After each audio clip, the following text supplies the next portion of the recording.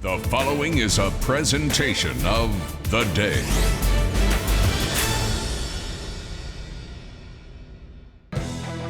There is nothing better than a rivalry.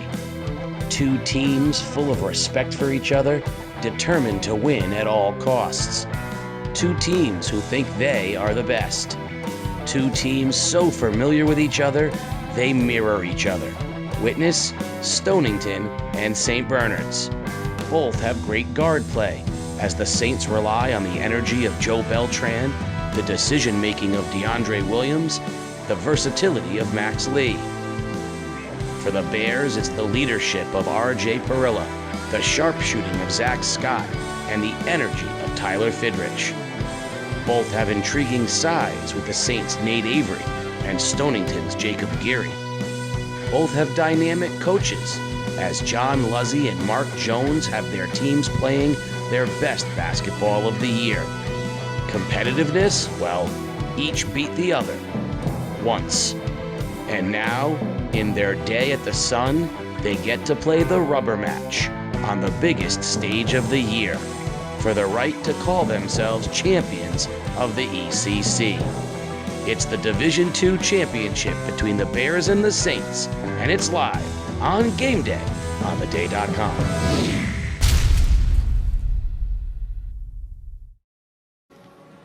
What began in gyms all through Eastern Connecticut has been whittled down to merely 4. It is championship night in the ECC, and we have all the action live on Game Day on theday.com. Casey O'Neill along with the sports doctor Keith O'Brien.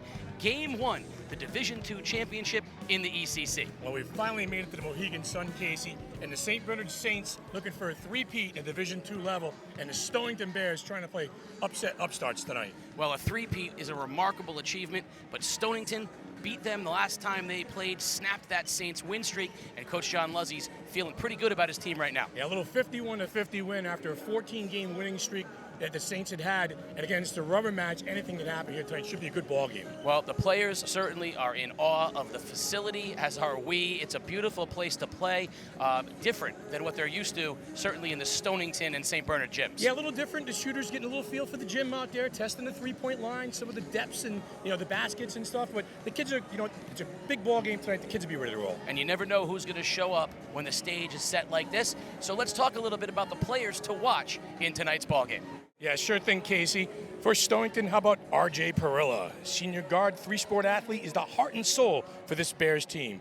Parilla, solid defender, and he's not afraid to hit the floor for the 50-50 balls. Parilla lit the Saints up for 27 in their last meeting, and he's going to need that type of game tonight for Stonington to come out on top. A coach's dream and a fantastic teammate make R.J. the go-to guy for Stonington. And for the Saints, how about big man Nate Avery, the X-factor down low for the Saints. Size and a skill set to give Stonington fits in the paint on both ends of the floor. Big man can score for the block and mix it up on the glass as well. And very important tonight for Avery to stay out of foul trouble and stay on the floor for the Saints. Yeah, Nate Avery is a difference maker for Stonington for sure. Unparalleled size. We saw R.J. Parilla put that team on his shoulders in the previous game. But to win tonight, it's going to have to take more than one player. It's going to take all of them. So let's meet all of the players in tonight's game. R.J. Parilla at Deans Mill Elementary School. Jacob Geary, Deans Mill Elementary. Zach Scott, West Broad School. Tyler Fidrich, the Deans Mill Elementary. Marco Tedeschi, West Broad Street Elementary School. Dorian White, West Broad Elementary. Sam Montalto, St. Michael's School. Peter Furls, Deans Mill Elementary. Aiden Morrison, West Broad Elementary School. Cole DeVoe, Deans Mill Elementary School. Aiden Borscher, West Broad Street. Cooper Wall, West Broad Street Elementary. Max Lee, Moriarty Elementary School. Joseph Beltran, Huntington Elementary. DeAndre Williams, Huntington Elementary School. Nathaniel Avery, Sacred Heart God. Frank Pacheco, Jennings Elementary. Zach Clark, Franklin Elementary. Max Adams, Great Neck Elementary School. Walker Ballargen, St. Patrick Cathedral School. Connor Ulrich, Huntington Elementary. Quincy Francois, St. Mary Star of the Sea Elementary School. Cameron Bodette, Preston Veterans Elementary. Well, certainly in a game of this size, we saw last time these two teams played, almost scary how much they mirror one another. Yeah, two teams, very similar in styles, Casey. And again, they feed off the energy of their coaches as well, John Luzzy and Mark Jones. So when you know each other this well, when you've played each other this many times, one of the issues becomes, what do you do differently, or how do you run things a different way? So for tonight, let's talk about the keys for these two teams in tonight's ballgame. Casey, the sports doctor's keys to the game. For Stonington, bombs away. Get your three-point shooters going early and knock down shots. Sharing is caring. Make the extra pass, move the basketball, and find open looks on the offensive end. And last but not least, play with passion. Feed off the energy of head coach John Luzzy and find a way to win this game. For Stonington, defend the line. Stonington likes to shoot the three, go out and defend the three-point line. Flex a little muscle. Saints big men must play tough and bring their lunch pails tonight to win a championship. And own the glass. Control the boards on both ends of the floor. An atmosphere like tonight certainly presents a whole new situation for these kids. They have bigger crowd, bigger arena, and certainly the baskets at the Mohegan Sun are the same height. It's like that scene in Hoosiers. Hoosiers, yeah. The same size and everything, but it feels like a much bigger environment. Yeah, and again, we talked about some of the kids out here a little earlier, just getting aware of the land and, testing the rims. And you see some of the three-point shooters like Zach Scott, RJ Perla, Max Lee out here, just getting a whole depth perception in line. Listen, once these teams start playing basketball, I don't see any trouble with that. Well, two very different roads to get to this championship game. Stonington struggled in their semifinal matchup with Griswold, whereas St. Bernard's just absolutely pasted Plainfield.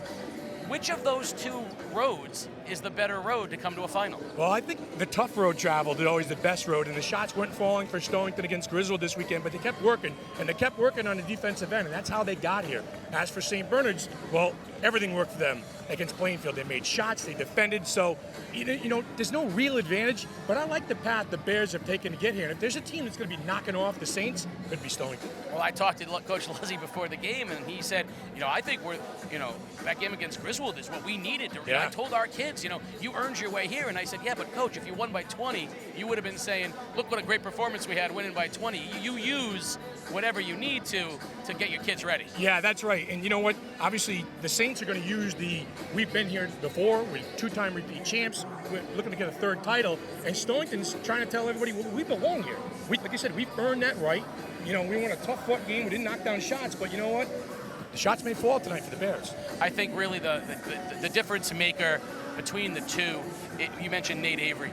Jacob Geary's a very good, skilled big man, but he likes to step away from the basket, and he likes those garbage points around the basket. Avery was such a difference maker when he's in there. Like you said, if he can stay out of foul trouble, that really might be the guy that sets the Saints team from ECC champions to a state champion contender. Yeah, they were a big man away, I think, in my opinion, last year for making a true run at the state tournament. And with Geary, like you said, coming out on the perimeter a little bit, maybe that opens up the lane for the Bears to get to the rim. Some of the guards they have, RJ Perla can get to the rim, Zach Scott can get to the rim. So by bringing Avery out may open things up a little bit for the Bears. Well, I'm going to give you my key to the game tonight, Cooper Wall. If he can knock down 3 or 4 three-pointers tonight, I think it makes the Bears very, very difficult.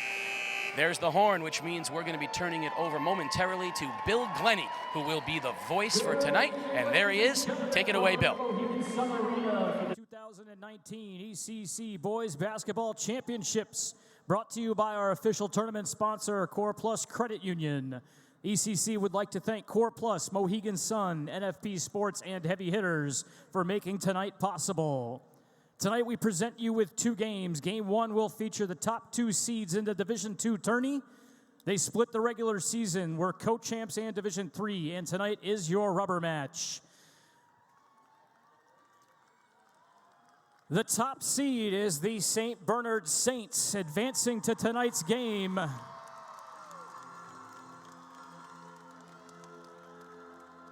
With ECC tournament wins over Montville and Plainfield, the Saints are currently 18-4 on the year and will be the 5 seed in the Division IV CIAC tournament. The head coach is Mr. Mark Jones. Assistants are Lamar Michael, Shim Adams, and Mark Jones Sr. Their opponents tonight is the number 2 seeded Stonington Bears. Wins over Wheeler and Griswold got the Bears to the sun and improved them to 17-5 on the year. They will be the 8 seed in the Division IV state tournament. The head coach of Stonington is Mr. John Luzzy, assistants Jay Wozencroft and Jeff Moore. Ladies and gentlemen, your officials for tonight are Mr. Tony Gigliotti, Mr. Dave Cruz, and Mr. Tim Viveris. Ladies and gentlemen, the Eastern Board 8 officials are wearing black wristbands in honor of Joseph Joe Schiponi, who recently passed away. Joe was a proud and professional member of Board 8 for many years and will be greatly missed. He also served the area in baseball and football officiating. Rest in peace, Josh. Your on-site director tonight, Mr. Jim Bunicor. Your ECC commissioner is Mr. Gary Makowicki, and your athletic trainer is Ashley James of Orthopedic Partners. Ladies and gentlemen, the ECC has made a commitment to promote sportsmanship in all athletic contests. Please show respect for all players, coaches, game officials, and spectators. Anyone violating a standards of sportsmanship will be subject to immediate removal from the venue. Please cheer for your team and not against your opponents. And now, without further ado, ladies and gentlemen, your starting lineups. First, for the visiting Bears. Starting at guard, a 6'1" junior, number 5, Zach Scott.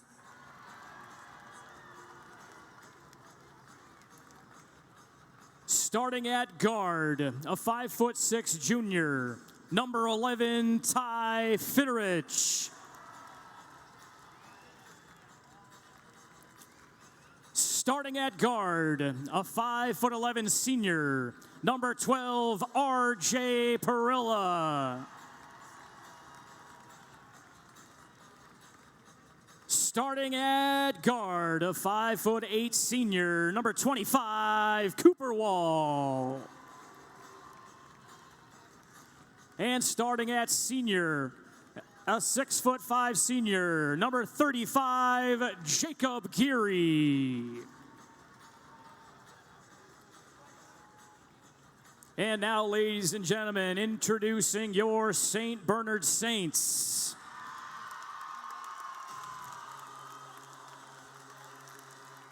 Starting at guard, a 5'8" sophomore, number 1, Frank Pacheco.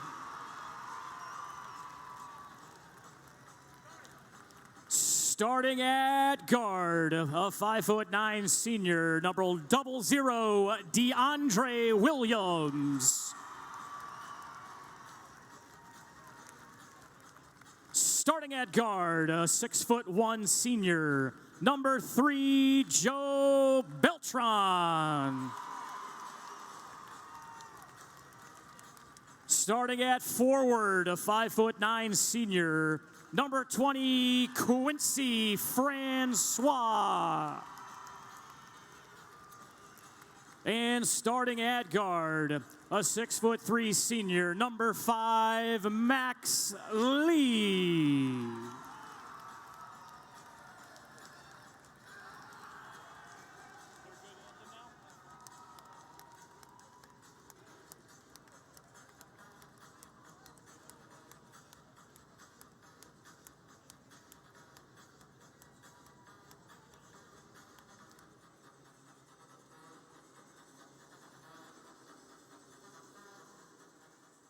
Ladies and gentlemen, at this time, we would ask that you please rise and remove your hats as we honor America with the singing of our national anthem.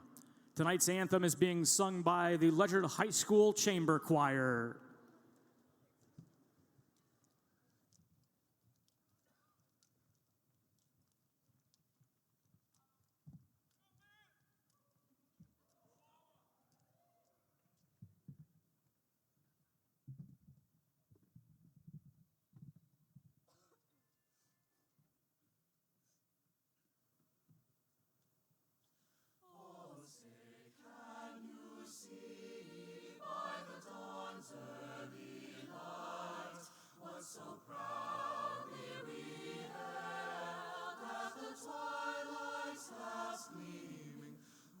Stripes and bright stars through the perilous fight, o'er the ramparts we watched were so gallantly streaming,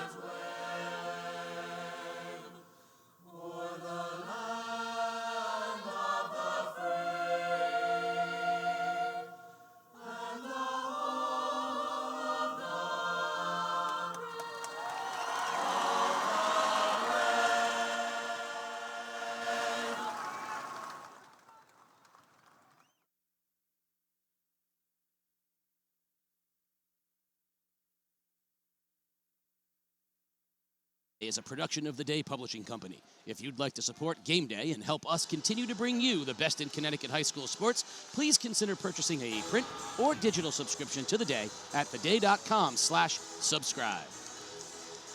Well, there it is, the Connecticut Sun logo, and that pretty much says it all as we get a wink from Tony Gigliotti as we are moments away from tip-off. And Sports Doctor, two teams pretty excited to be here. The tension, the excitement is starting to build, and the Saints have traveled well today. Yeah, when the Saints come marching in, Casey, the fans are here, the parents are here, student section down in the corner behind the basket, and we see the Bears take the floor. And again, this is the rubber match. These two teams played very, very competitive ball games. St. Bernard's won earlier this year, and Stonington got them back just 11 days ago, 51-50 in a tight ball game. Well, we're going to have a small lineup for St. Bernard's, which means Joe Beltran was chumping it up against the much bigger Geary. Geary wins the tip, and off we go. Straight man-to-man defense here by the Saints. There's a key to the game for Stonington. Zach Scott, he struggled at home, and Cooper Wall picked him up. Really, Perilla. There's a nice pick and roll, but missed opportunity. There's your guy, Fidrich, the soccer player, all over it. Ty Fidrich out there, the motor on the young fella. Inside now, Geary. Max Lee on Geary. Geary's got a size advantage here. Max can play all 5 positions, though, for head coach Mark Jones. Scott with an advantage, but he's nicely defended. Wall, good defense by the Saints. Wall, stolen by Lee. Lee out and running ahead for the Saints. Pushes up ahead to Beltran. Hangs in the air, but it's blocked by Geary. And then tipped, and Francois finally has it for the Saints. You see the long arms by Geary protecting at the rim, Casey. DeAndre Williams, a little dipsy-do for 2. The little guy takes it in with the bigs. DeAndre Williams, the most improved player in the league. One of the top 3, in my opinion. Not afraid to take it in with the trees. You see heavy ball pressure here by the Saints, harassing the guards of Stonington. Oh, and a miss there, cut by Scott. Fidrich threw it high. Scott went low, and we had a first turnover. And back-to-back possessions, back-to-back turnovers for the Stonington Bears. And again, that when you press on defense like that, when you push him away from the basket, you really disrupt any kind of, rhythm or tempo on the offensive end. Lee drives, pulls up from the foul line, off the side of the rim, and Scott comes down with it, and the Bears will push. Fidrich stripped by Lee. Got numbers. 2-on-1. Lee hangs in the air, no good, and Geary rips it away from Williams. Out of bounds, it'll stay Stonington basketball. You see the quick hands on defense now for St. Bernard's on the perimeter, and that time you saw Scott try and get to the rim, and just St. Bernard's was having none of that. Max Lee helping out right there, and a good help defense by number 5, the senior.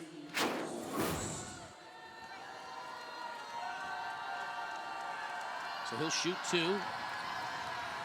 And Scott has struggled shooting the basketball the last 4 or 5 games, and you get a chance to talk to head coach John Luzzy, during some of the breaks, and he says he's thinking about it too much out there, and we just let it rip, son. You can't make them. They can't make them all, but you can't miss them all either. He was out here shooting. He must have taken 150 shots pregame. I actually commented, I'm like, you're going to shoot yourself into exhaustion. So clearly he wanted to get the feel for these rims. Took a few myself. I didn't make any, but I took a few. I knocked a couple down. Good look inside. Lee, kick back out. Beltran is going to take some steps. And that's with those feet there. And that's where you see Max Lee being almost too unselfish. He gives the ball up. He's got a little 6-foot jump shot. Just kind of rise up and knock it down, son. Works so hard to get close to the rim and get yourself a point-blank shot, and you kick it out for 30-40. Rise up and hit it. Yeah, that's where we see the stars of the league, the Basettos, the Ostrowskis. They don't pass that one up. I like that up and under by Jacob Geary. No size out there for the Saints, so Stonington taking advantage of it. Right to the block, the big man goes. I like this matchup. Williams, Scott defends him, gets a screen from Francois. Williams, floater in the lane, beautiful. Nicely done by D. Will. Oh, he can turn the corner with the best of them. DeAndre Williams is off to show off the goods tonight.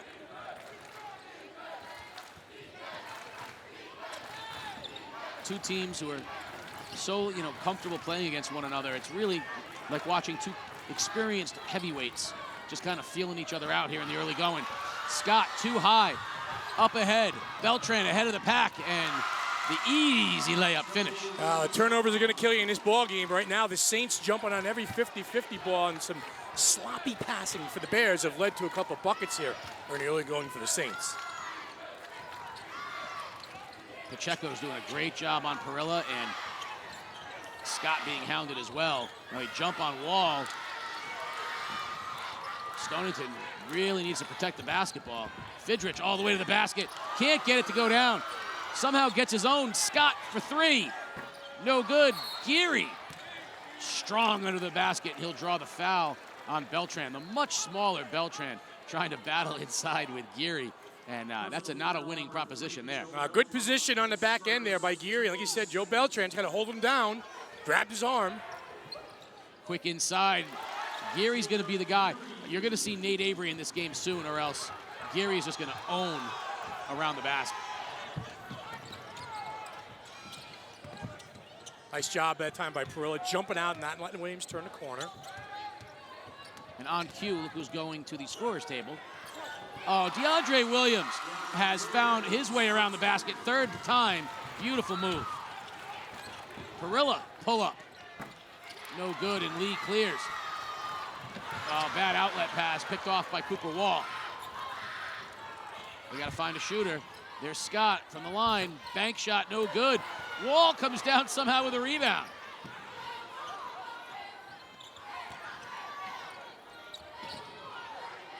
Good job here by the Saints on D. Jumping every pass in lane. Look at the hands by Max Lee. Up ahead, Williams ahead of everybody. The left-handed scoop. You got the hands on D, you got the run out by Williams. 8 fast break points right now for the Saints.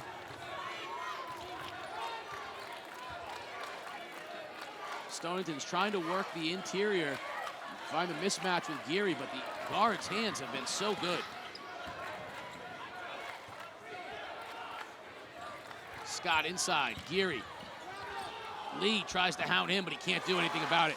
Geary can do whatever he wants down there. Well, that's the matchup you want to off the screen and roll. That time Geary opened up, caught the ball, and delivered.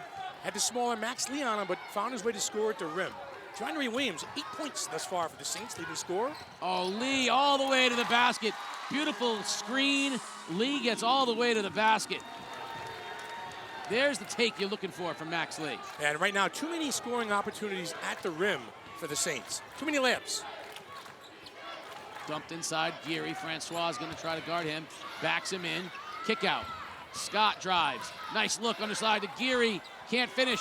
Tips. Gets his own rebound. Stripped. But I think we're going to get a foul call on Pacheco from behind. Yeah, and Geary brought his lunch pail tonight, didn't he, my friend? He is working out there, making some big plays. You know what? Stick with the miss, son. Go back up and get it. And if you're not going to get rewarded with the basket, you're going to get 2 free throws at the line. Good work by the senior. So Geary will shoot 2, and Avery is at the table to check in, and they're going to match. Now Stonington's going to match size. They're going to throw Aiden Morrison into the ball game to match size as well. So you're going to see little bigs coming into the ball game. Towers set out there. Morrison check in for Geary. That's going to be an interesting look, though. Does he play Geary and Morrison at the same time? Yeah. Try to get some of that size, really take that size matchup. Oh, 2 missed free throws by Geary. That's got to knock those down in the championship game. Lee, pump fake, kicks back out. That's just look out, travel got to D'Angelo Williams got away with the travel right there. No good. It tipped out of bounds, and it'll stay St. Bernard's ball, and Morrison will check in and give Geary a break. Good crew tonight, 3-man crew. Tony Gigliotti, Timmy Viveris, and Dave Cruz. That's a veteran group. Jigsy, 30 years, retiring after this year. Dumped inside, Avery. Stripped, and Stonington will come the other way.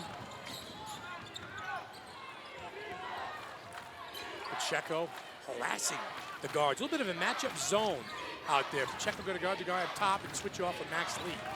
Prilla pulls up from the foul line. Short. Lee with a rebound. No second chance opportunity that time.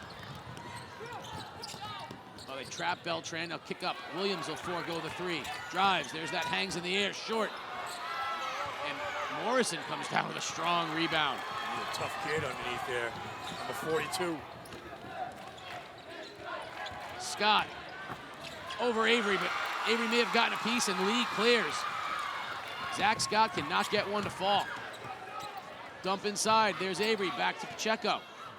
Long three is short by Lee. Lee with the follow, nothing there, and then finally Avery clears it up. Doing work, Nate Avery. John Luzzy is fired up at his big man right now. And they're looking for answers right now for number 41 coming into the game. Welcome in, son. Timeout. You know, Williams has been so good, finally doesn't get one to go as he gets stripped, and then Lee can't follow, but look at Avery. Good position, good bang, finishes it up. Yeah, and Morrison got caught watching Williams down underneath, and, you know, Avery came in and cleaned it up off the weak side. Casey, it's the 50-50 balls that are going to, you know, be the difference in this game tonight. It's a championship game. Yeah, 7-point lead for the Saints, and you got to be careful if you're Stonington. You can't let this thing get, you know, to double digits. Yeah, and how many of these baskets that, you know, St. Bernard's has got is at the rim? Point blank range. I mean, I think 12 out of the 14 points outside of a Maxley mid-range jump shot have been either, you know, Williams at the rim or Avery at the rim as well. Well, you saw in the early going, St. Bernard's went with that small lineup, and it was really clear that they were going to take advantage of it with Geary. But once Avery comes into the game, that changes. And the guards of St. Bernard's have done such a good job on the guards of Stonington. Yeah, Max Lee's held things down with 5 rebounds in the game. He's the leading rebounder for the Saints. Perilla picks up his dribble, finds Wall. Dumps it inside. Morrison, quick spin move over the top of Avery. Avery got a piece, but Morrison gets his own rebound. Spins away, high fake. Can't finish. Those big guys are battling down there. A couple extra pivots with the pivot foot there by Morrison. Little Kevin McHale action. Got away with one. Keep working out there, son. One of these is going to drop. 22 seconds remaining here in the first period. St. Bernard's wants. They'll hold for the last shot. I know you said that last game, and they went right in for a quick layup. That never worked, but I think they really do this time. Good matchup with Scott and Perilla. Clock's going to get down to around 10, and then off they'll go. Trying to get that high ball screen from Avery. Morrison jumped in, ball's loose, kick back out. Lee at the buzzer, in and out. And we are at the end of the first quarter. An exciting game here between the Saints and the Stonington High School Bears. Sees St. Bernard's with a 7-point lead. It could have been more. Out and running are the Saints. Can they hold on? We'll be back on the other side. You're watching Game Day live on theday.com. The Day. Our journalists are in your community, talking with business owners, attending town meetings, analyzing data, talking to government leaders, reporting on the issues that matter most to you. Since 1881, we have been serving our community and will continue to do so 7 days a week, 365 days a year. Never miss a day of news. Enjoy convenient home delivery right to your doorstep, 7 days a week. Subscribe at theday.com/membership.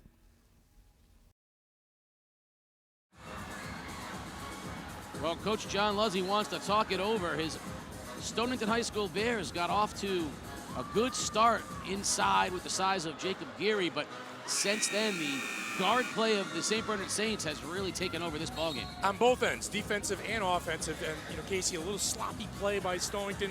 You know, just some really, really lazy passes have led to easy baskets on the other end for St. Bernard's. Listen, they're taking advantage of what Stonington has given them. They want to give us turnovers, we're going to convert at the rim. It'll be interesting, like we said, will he go to the big lineup and put Geary and Morrison at the same time? Because then someone's going to have a mismatch. Either Morrison or Geary's going to have a mismatch on someone. Right now, when he dumped the ball into Morrison, he's got Avery on him. That's a tough matchup. Yeah, and right now, too, Casey, for Stonington, the guards have got to pick up their play. Obviously, the guards for the Saints have Perilla and Scott got to find a way to get cooking. Active hands underneath. Fidrich comes out. Up ahead it goes to Perilla, but Avery ran the floor. Beautifully done. Scott spins, left hand, no good. Ball's loose on the floor. Stonington comes out. There's Wall for three, in and out. And Lee with another rebound. Max Lee has been a beast on the boards right now. Half dozen for the kid. Williams for three, no good. And Fidrich, how about the little guy clearing rebounds for the Bears? Big fan of the sports doctor is Ty Fidrich. Game day favorite, soccer player, two-sport athlete. And he's the energy guy, dumps it into Morrison. Morrison spins, harassed, can't get anything done. Perilla straight away three, In and out. That ball will just not drop for the Bears. Keep shooting, keep chopping wood out there. One of these shots will knock down, guys. Man, right now, Coach Luzzy's got to think these have a lid on it. Oh, beautiful look, Williams to Max Lee, and the reverse layup is good, as pretty as it comes. Yeah, a little Princeton cut, little backdoor cut by Max Lee, he delivers. Good heads-up play by DeAndre Williams. Scott takes advantage of the size advantage over Beltran, but he can't finish. Right now, nothing dropping for Stonington, and the biggest lead of the game for the Saints. It's almost a microcosm of the last game. You know, they fought against Griswold. Tough. Anything. What's gonna drop? They just need a basket right now. They need something to go down. Nate Avery's given Mark Jones good minutes out there too, defending Morrison. Swing. Fidrich for three. No good. Rebound. Beltran, and right now Stonington cannot buy a basket. Stonington looks a little tired right now too. A couple kids out there. Perillo looks a little tired. Scott does. St. Bernard's playing with a lot more energy right now. Zip pass underneath. Fidrich with the hands, and it'll go out of bounds. Well, they're working off the double screen on the right-hand side with Joe Beltran and Max Lee. Max Lee trying to lose the defender in the screen and get himself to the rim. And Williams not afraid to deliver the rock, is he? No, he zips that pass in there. Pinpoint precision. Cam Baudet, another big guy for the Saints. He checks in and replaces Avery, who gave him very, very good minutes. Geary back into the ball game for Morrison, so exchanging big men are these two teams. Williams pulls up for three. Got it! DeAndre Williams, right in Scott's grill. Double figures tonight for the senior, 11 points. It's a first three-point shot of the night right there. Think about that. How many three-point shots we still go down in a high school game on a night-and-night basis? Scott, the bank is open. Little window dressing. Yeah, a little clap of the hand, a little let's go here, says the senior. And he needs a basket Hey, to go and down. he got one right there. I don't care how you get it. You just got to get one to go in. Williams drives on Scott, hangs in the air, and finishes. DeAndre Williams is putting on a show tonight. Wall, step back three, no good. Tipped out of bounds, and the officials are going to say it's off of Stonington Saints basketball. I'm not sure if that was a little double tip action there. DeAndre Williams, Casey, off to a hot start. He's got 13 out of the Saints' 21 points. And he has been the catalyst right now for Mark Jones. He's been fabulous, getting to the basket, scoring around the basket. Pacheco, he drives, kicks. Lee for three. Good! The senior, the rise up, the knockdown, the delivery, and Stonington's going to talk things over as Max Lee extends the lead to 15 for the Saints. Yeah, we'll call that max effort on the perimeter. Playing defense, rebound in that time as Pacheco drives baseline and get the kick to Lee. I like the confidence. Yeah, I like the catch and shoot and rhythm. I'm not going to put the ball on the floor. I'm going to rise up and stick it. Biggest lead of the ball game. 15 points just like that. And with 4:34 remaining here in the half, 9 points for Stonington. Yeah, it's a little combination of two things. It's a combination of the St. Bernard's defense and obviously a continuation from a semifinal game against Griswold. Stonington just can't knock down any shots. They've had some good open looks. They've had some layups. You know, maybe that bank shot by Zach Scott gets them going a little bit. But St. Bernard's faithful. They're loving this game so far. They're fired up. Perilla hasn't been able to knock one down. Wall hasn't been able to knock one down. You know, you saw Scott finally, like you said, get the bank shot, but other than Geary around the basket, there's been nothing there offensively. Yeah, I'm going to credit the Saints defense to that, too. They've been doing a heck of a job on the Bears. Stonington likes that three-point line, man. Go out and get them. We talked about that in the keys of the game, and the Saints are doing just that. Well, that's why the Saints went to the small lineup. They wanted to make sure they had guards who could get out on the guards. They didn't want to get free opportunities. Guard up. But right now, they got to find something in Bearland. Bearland. They're out of the Bears' lair. Under the sun. Perilla pulls up. Can't get it to go. Geary tips it to Fidrich. Another pull-up for Perilla. Can't get it to go. Good defense by Max Lee, getting in Perilla's grill right there. Solid defense for the senior.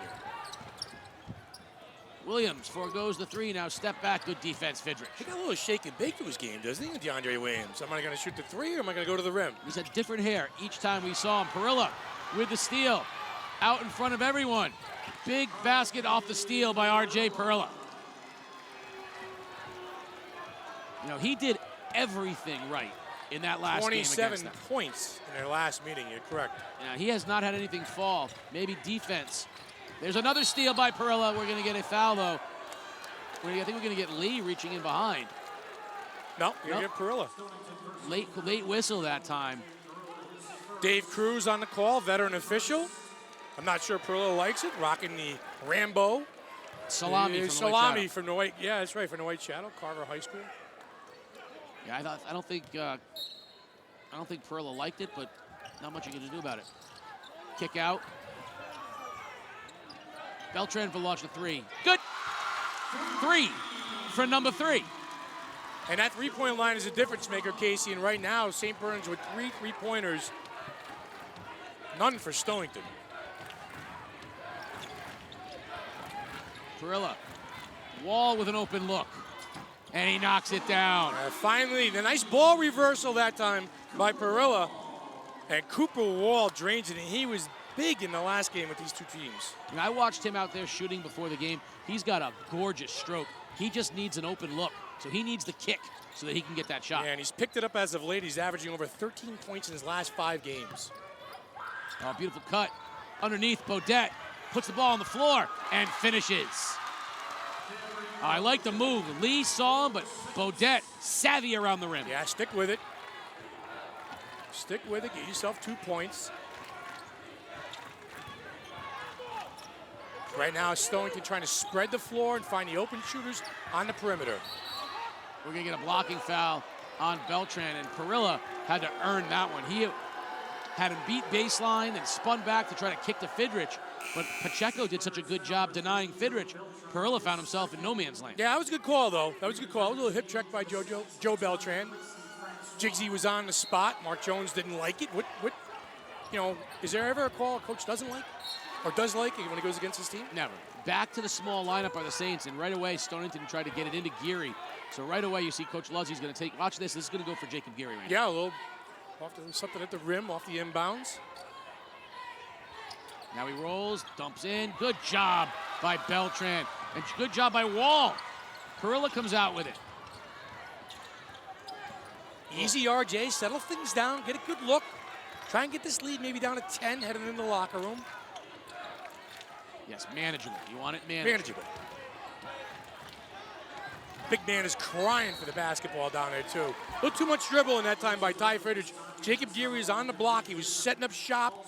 He was showing you the off arm. He wanted the ball. You got to get in the ball, son. Well, that's what happened. Fidrich went to go make the pass off the dribble, and he didn't have the angle, and he ended up carrying the basketball. He was trying to get rid of it, but good defense. That's when the old-fashioned two-handed set pass does just fine. Yeah.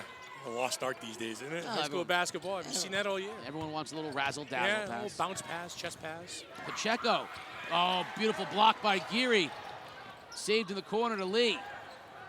Zip, Pacheco over Fidrich, and he gets it to go. Maybe the only guy that Frank Pacheco can score over is Fidrich, but he does. Tough move that time by Pacheco, getting the rock to the rim and delivering. 17-point lead for the Saints. There it is, the dump into Geary on the smaller Francois. Jump hook, well defended by Francois. Nothing going down. This basket has been a horror show for Stonington.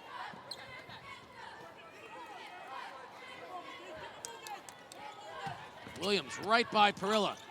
Pulls up and buries it.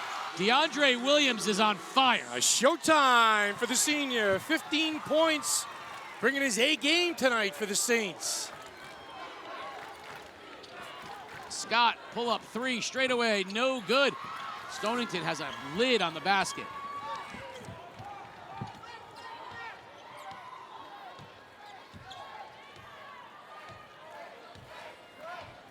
High screen now from Francois. Biggest lead of the game is 19 points. Hard to believe. Good defense. There's a screen again. Stonington trying to get hands on Max Lee. The Saints want the last shot of the half. Boy, would they love to go in with a 20-point lead here at halftime.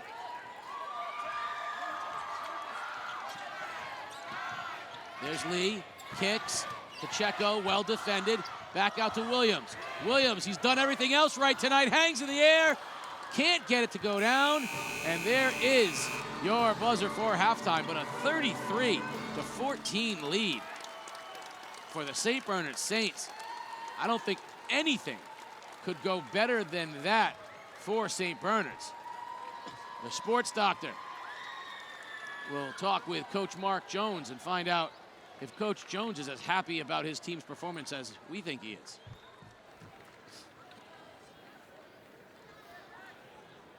Sports doctor. All right, Coach, listen, you guys are up by 19 heading into the locker room.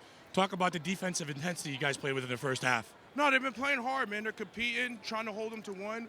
But that's a good offensive team, man. They just didn't hit a couple shots. So we got to keep going and keep competing on the defensive end. Yeah, what do you talk about in the locker room to close this game out? Oh, we just got to keep doing what we're doing, holding them to one shot, but not giving them any open looks either, though, all right? The guy got a couple open looks in transition that we can't give up, man. This game's far from over. All right, good luck in the second half, Coach. All right, Casey. Thank you, sports doctor.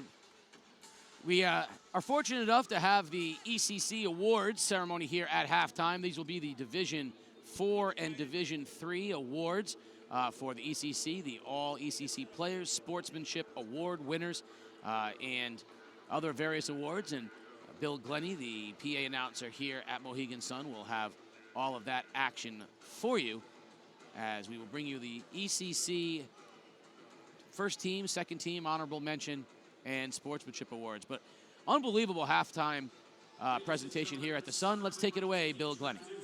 Your ECC Division 4 All-Stars. Your first team All-Stars from Tortolot High School, Josh Dodd. Awards are being presented by ECC Commissioner Gary Makowicki and ECC Basketball Chairman Jim Bunicor. Your second out of Lyman Memorial, Josh Perry.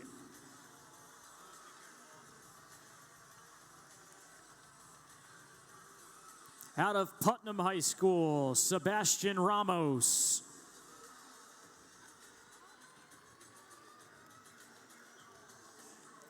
Out of Lyman Memorial, Zach Dunnick.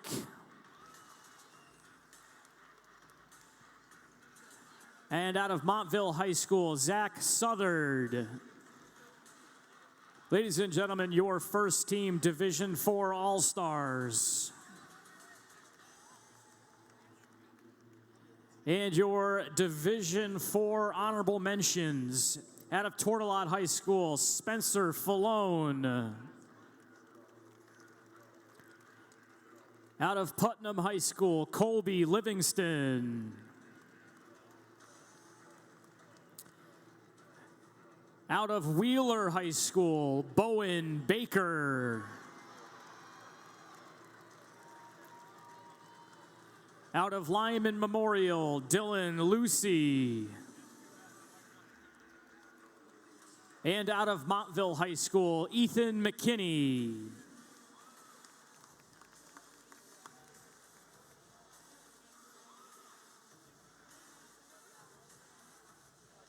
Ladies and gentlemen, your first team and honorable mentions.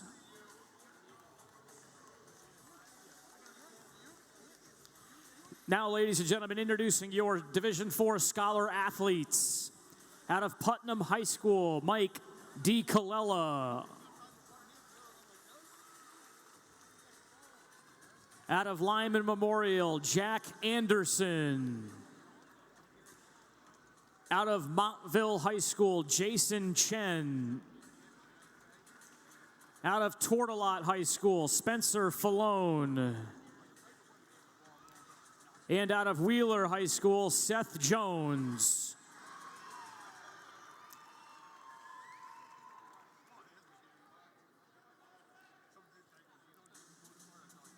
And now introducing your Division 4 ECC Sportsmanship Award winners. Out of Putnam High School, Kobe Bates. Out of Lyman Memorial, Zach Dunnick.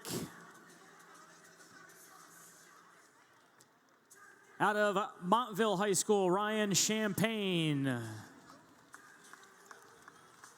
Out of Tortelot High School, Dylan Vincent. And out of Wheeler High School, Nolan Aruda.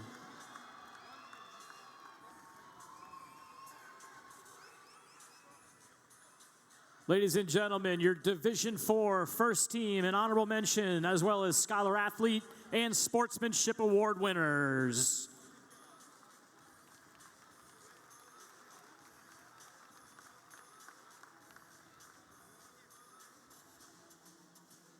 And now, ladies and gentlemen, introducing your Division III All-Stars.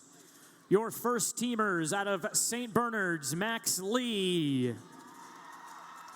Out of Plainfield High School, Markeith Conyers.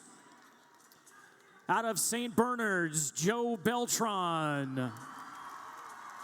Out of Stonington High School, Zach Scott. And out of Stonington High School, R.J. Perilla. Your honorable mentions out of Wyndham High School, Jacoby Watson.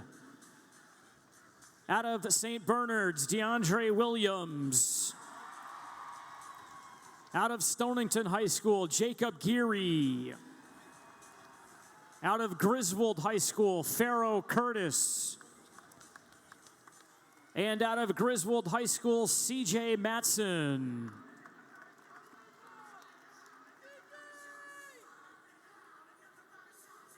And now, ladies and gentlemen, your Division III Scholar Athlete Award winners. Out of Plainfield High School, Tyler Ahern.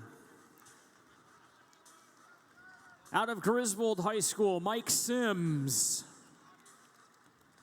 Out of Wyndham High School, Jacoby Watson. Out of St. Bernard's, Max Lee. And out of Stonington High School, Cooper Wall. And ladies and gentlemen, your Sportsmanship Award winners. Out of Plainfield High School, Kyle Holt. Out of Griswold High School, Jason Hall. Out of Wyndham High School, KJ Adams. Out of St. Bernard's, Quincy Francois. And out of Stonington High School, Ty Fitterich. Ladies and gentlemen, your Division III award winners.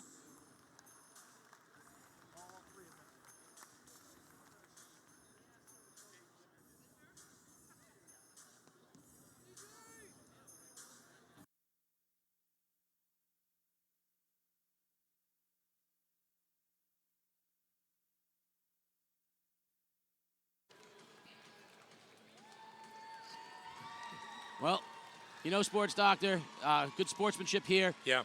Not the score we expected here in the first half. I think St. Bernard's really put it to him, but Coach Mark Jones said this thing's not over yet. No, it's not over. 33-14. When you get the three-point line and a couple of hot shooters, you know, and Pearl and Scott get them going a little bit, Casey, you know, anything goes. We've seen stranger things happen this year in high school basketball. So talk a little bit about what we saw here in the first half. Yeah, St. Bernard's led by DeAndre Williams, with 15 points. He was the catalyst for that team. Max Lee, 9 rebounds, and Max Lee with 2 assists, doing a bit of everything out there for the Saints. You know, and for the Bears, Jacob Geary got hot early, 6 points, 4 rebounds. Tyler Fidrich with a couple of assists, but we're waiting now for the stars, the scorers, to step up and start filling up the rim for the Saints. For the Bears. So, I mean, you look at the St. Bernard's went with that small lineup.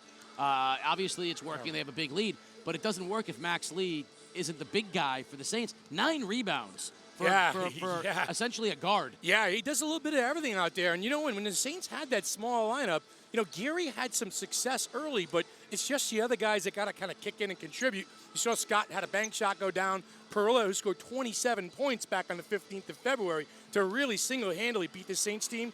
He is just, I mean, he's been just, you know, no-show so far. Well, so let's talk a little bit about what did go right for Stonington, though, in the first half. Yeah.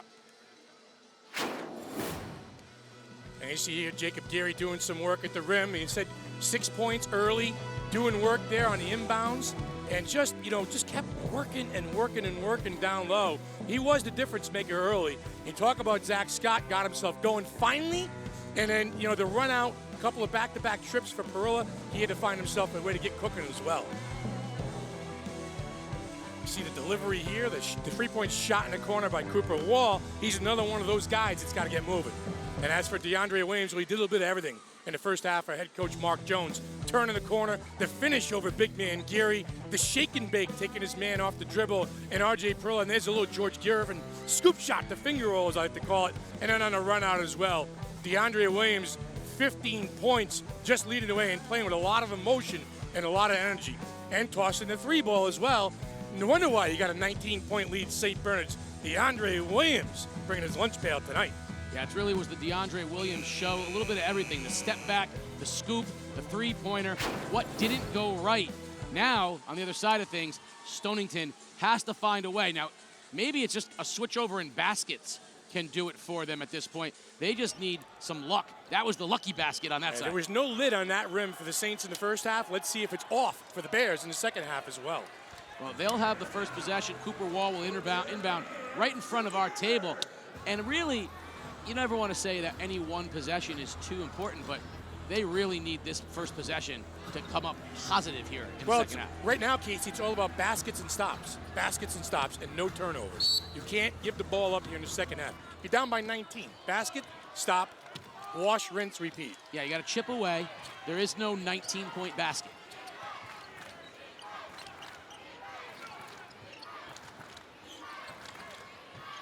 Both teams, original starting fives. Yeah. Coach Luzzy drew up something. Scott inside double team. He drew up something that's going to try to free up shooters because they really did not have many open looks. Fidrich, beautiful anticipation from Beltran. And that pass has got to go up high. Geary's 6'5". Go up and let the big man go get it. Kick out. Beltran. Good. Joe Beltran gets the Saints started right where they left off. Now he's showing you there's no problems on that left side basket, sports doctor. The other end, though. On the other end, they didn't get Cooper Wall, who finished, but I think we got a little beat up. DeAndre Williams took a shot. He's going to come out of the ball game, and he looks like he's okay walking off, but you can't have something wrong with DeAndre Williams the way he played in the first half. He'll shake it off. He'll sit down for a second. Get a little ice, get a little drink of water. I'll be back out there, Coach. Don't worry about it. Little 30-second timeout will allow Walker Balargian to get into the game.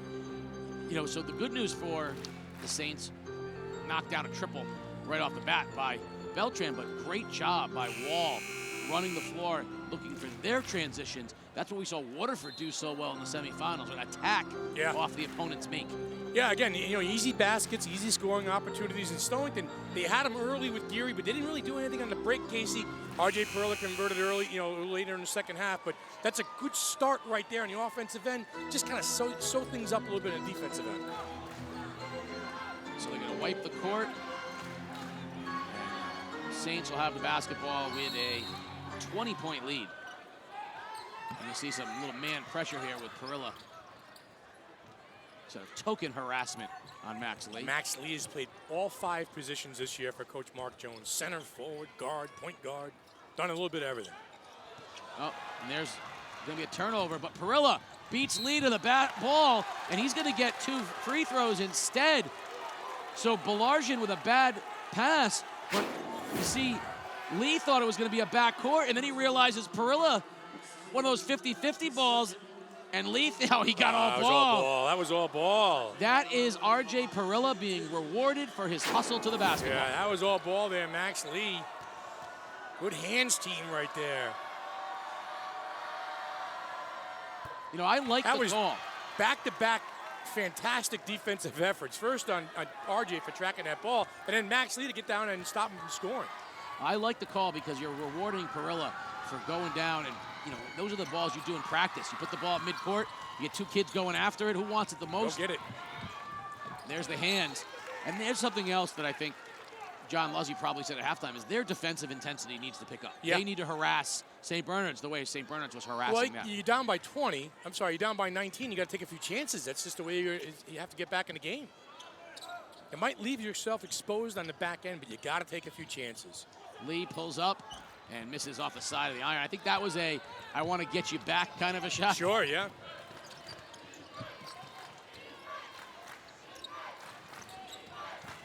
Perilla spins, hangs, and he'll draw the foul on Lee, and Max Lee is hot. Back-to-back foul calls on the senior, R.J. Perilla, showing you the skills to take it to the rim, and Max Lee not happy one bit. Well, he spun, he got in good position.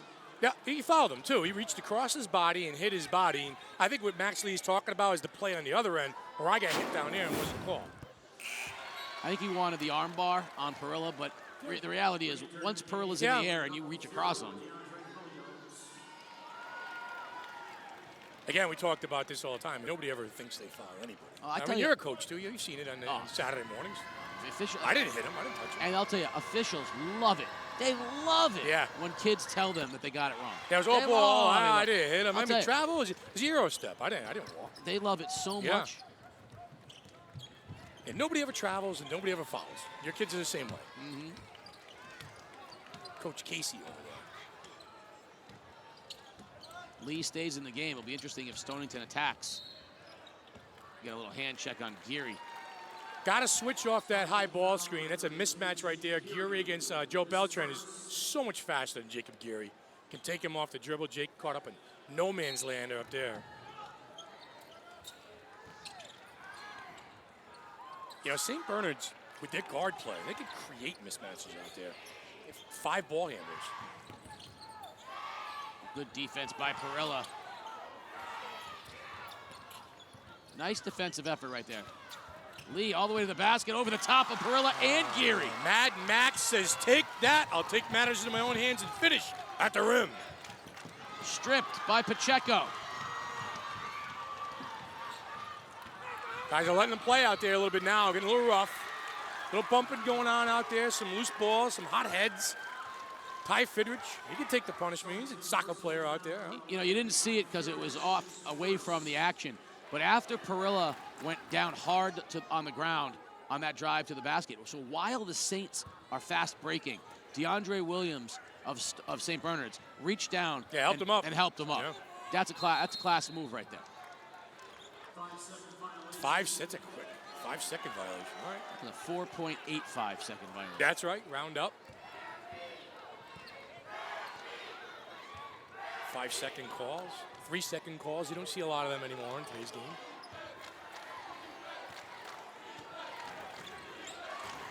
They have 5 quick, fast defenders out there on the floor for the Saints. Geary spins, jump hook on Francois, but he's going to draw the foul. Referee Tim Vivera says he got him on the arm. And that's that mismatch we saw early going in the game where Geary took advantage of it and he got 6 points going early, Casey. You know what, he's going to get rewarded here with a couple of free throws, but I like the footwork, I like the ball fake, and then the turn and delivery, this sky hook, mini sky hook by the big fella. And he didn't get hit on the shooting hand. He got hit on the left hand as he spun, but that's because that's what good footwork allows you to do, gets you in that good scoring position. You use your body to shield a defender, great point. And you know me, I love that little jump hook. It's it's a lost shot today, but it's very effective. A couple of good free throws by Geary at the line, and let's see if down to 17, and you can see a little pressure here for the Bears. Pacheco with Wall, zip pass to Francois. Now Beltran on the baseline, short. Geary hounds Francois. And we're gonna get a step on the line. Now, if I'm Coach John Luzzy, and now he's forgotten more basketball this afternoon than I've ever known, I would be having Perilla attack Max Lee every possession. I want Max Lee out of this ball. Yeah, go right on him. Yep, great point. Dump into Geary. The mismatch with Francois, puts his head down, step, can't finish, gets his own rebound, can't finish, but he's gonna draw another foul. Francois can't handle him down there. Jacob Geary, with 8 points tonight, is starting to do work down there on the smaller guy. And again, the ability to stick with it, get a second chance opportunity, takes the hit there, gets himself to the line where he just hit 2 free throws, Casey. And with no Avery in the game right now, that's what Stonington needs to take advantage of. That's their mismatch. And right on cue, Cam Bodette's going to come into the ball game because they just need a bigger body on Geary. We saw how effective Avery was with him earlier. I think just getting any size and not allow Geary that absolute mismatch. Listen, Francois is banging down there, but he's 7 inches shorter than Geary. Yeah, Francois is listed at 5'8". Geary's listed at 6'5". Yeah, it's 9 inches. 9 inches. There you go. That's my Wheeler High School math. Again. Max Lee with another rebound.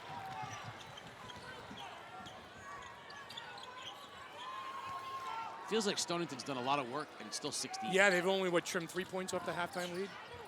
And when Geary had a chance that time, but Bodette bodied him. Lee drives to the basket, gets his own rebound. Reverse. Oh, Max. Marvelous.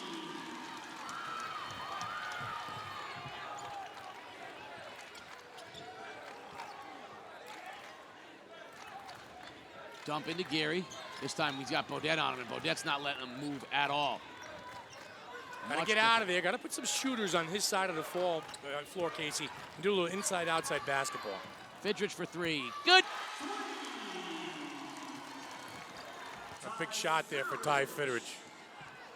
You got the big man Geary set up on the block. Put some shooters on the perimeter. Play inside-outside basketball. Lee picks up his dribble, finds a cutting Pacheco. They're hounding now. They got him trapped in the corner. Ball's loose on the floor. Yeah, turnover there. It'd be Stonington basketball. Fidrich, Geary. Lunch pail work down there for the Bears. And the crowd here at Mohegan Sun, who are, by the way, turned out for this one. A big crowd. Yeah, nice crowd here today. They're liking it. And what I'm going to tell you right now is I love the chess match that is going on between these two coaches. Bodette went in the game. Geary was obviously, hitting that, the end of the gas tank. Yeah. So in comes Aiden Morrison to match size for size. I love the chess match of the coaches. Well, you're going to have to. You're going to have to match the other team up. But again, get to talk size for size. A little neutralization out there for big men. But when you talk about, big guys playing big games, how about Max Lee with 12 rebounds, DeAndre Williams, and then Jacob Geary here in the second half with 12 points trying to work his team back into this ballgame. Well, this is only the beginning. Zach Scott is number 5. He's got to get something cooking out there. This is only the beginning, of course, the Division I championship game between the 5th-ranked team in the state of Connecticut, the Waterford High School Lancers, 35-1 in their last 36 games. Who was their last loss to? East Lyme. Who was the one before that? New London. And then before that? East Lyme, 2 out of their last 3 losses. That was a long time ago. That was the calendar year ago. Yeah, when you can look back over the course of 60 games and hand-pick the number of losses you have, that's remarkable. I tried to go over there in the corner and get the Waterford kids riled up. They wanted no part of it. They were all business. I tried to get a little surfboard action going with Dylan Eckert, and Liam Spellman gave me a little bit of love, but they are ready. Morrison wants the ball, gets it inside with a Bodette on him, spins on Bodette, little jump hook, draws the foul. And right now, the message from John Luzzy is clear. Get the ball inside. Yeah, and you know what? And Morrison, his footwork is not as skilled, as Jacob Geary, but he knows what to do with the basketball. You see the turn, the pivot, the shield, the little jump hook, the hoop. No hoop, but the harm. I'll be at the line to shoot, too.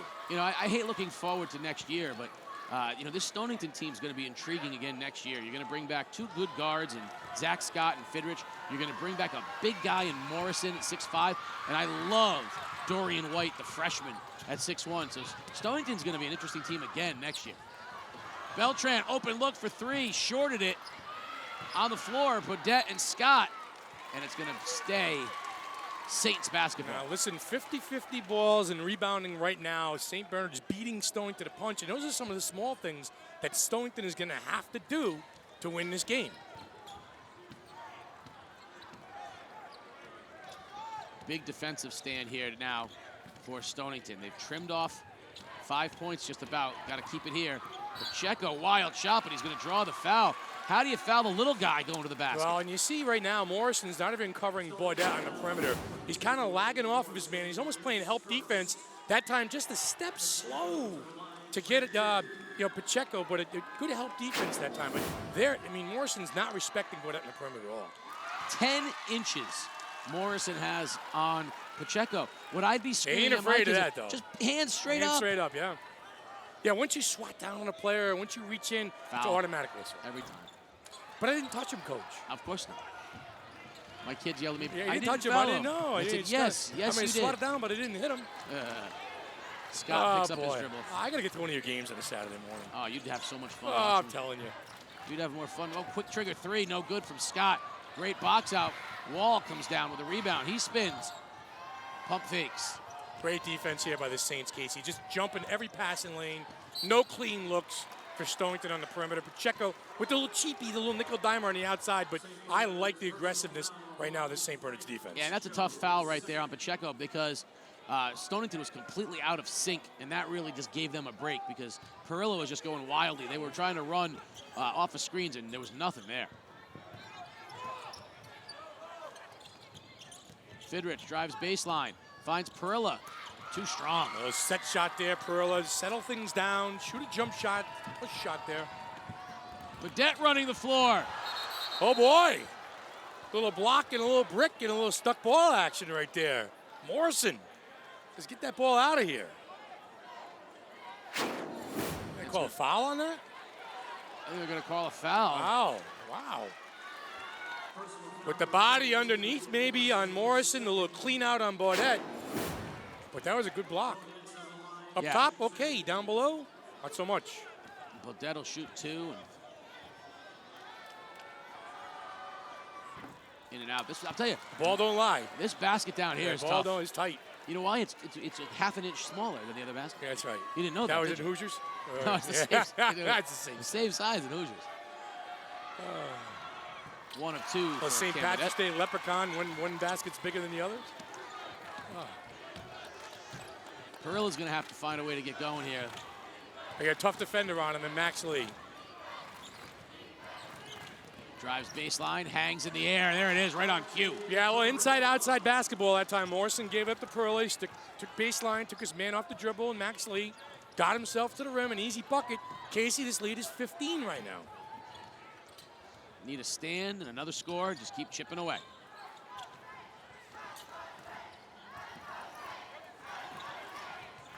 Basket, stop, rinse, repeat. Basket, stop, rinse, repeat. Beltran, Scott off the dribble. And call that on the floor that time on Scott. Little one-man hero basketball here. You see the quick step by Joe Beltran. He gets his man a little bit off balance. And Scott, the bump. There'll be side out here for the Saints. As not an NBA continuation. Beltran will not be at the line shooting two. Max Lee will inbound. Swings it.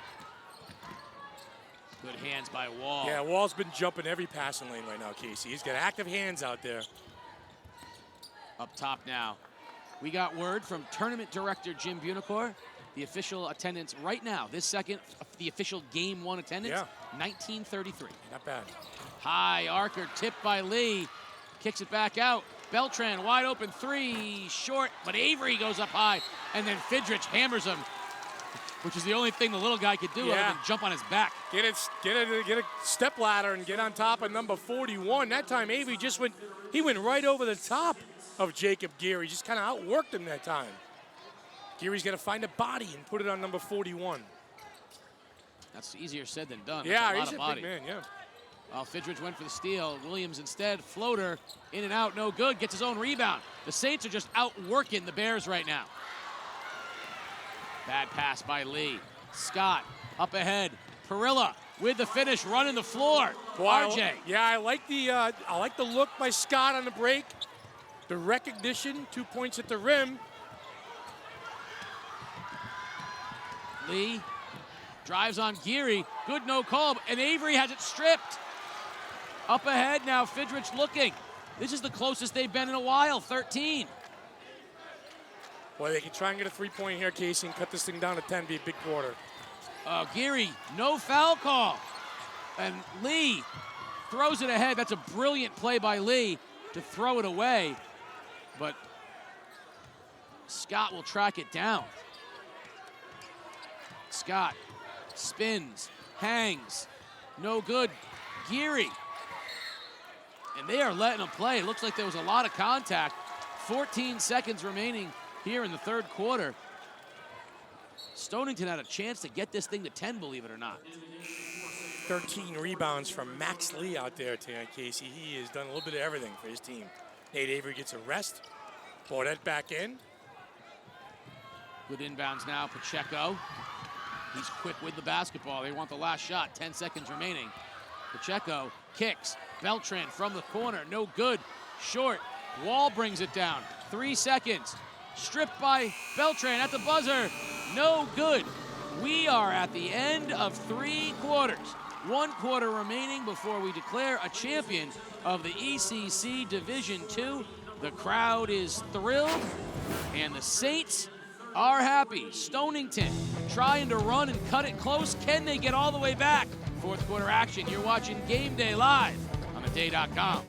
It's always stayed with me, right on through all the different ranks that I held in the police department. There are about 1,000 unsolved murders in Connecticut. And our department really wanted to solve this. Case Unsolved, a new podcast from the newsroom at The Day, tells the stories of unsolved murders in Connecticut and the family, friends, and law enforcement left without resolution. Listen at caseunsolvedpodcast.com or your favorite podcast app.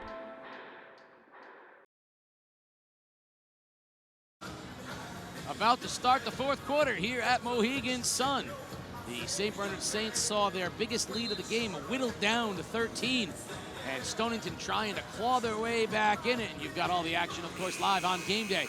Casey O'Neill along with the sports Dr. Keith O'Brien. What are we going to expect here in the 4th quarter? Well, I tell you, you're going to expect a lot of defensive intensity for Stonington, taking some chances, jumping some passing lanes. They got to knock down some shots, and they can't let the Saints have second chance scoring opportunities that time, Casey. The Saints made a living on the offensive glass in the 3rd quarter. As far as for St. Bernard's, how about we start taking care of the basketball? Limit the turnovers, get good shots, and play solid defense. It's that simple right now for the Saints. St. Bernard's will have the first possession of the 4th quarter, and of course, join us 8 o'clock tonight, the Division I championship game between the Waterford High School Lancers and the NFA Wildcats. Right now, a defensive stand is needed for Stonington. Time is the enemy of the Bears.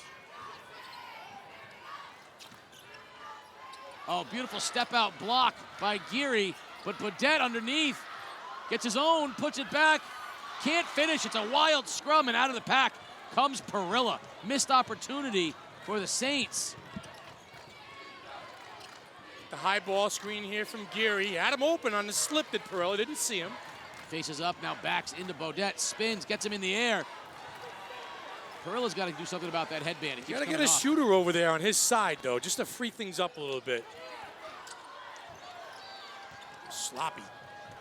Williams will push. He's got numbers. Pulls it up. Beltran stutter steps, and they'll reset with Lee. Take care of the basketball here if you're St. Bernard's. Don't turn it over.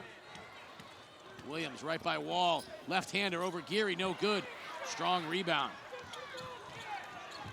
Taking it amongst the trees there was a little guy. Wall, first look at 3 in a while. No good, back iron. Look at Fidrich hustle to the rebound. Wall. Thought he was going to give it again.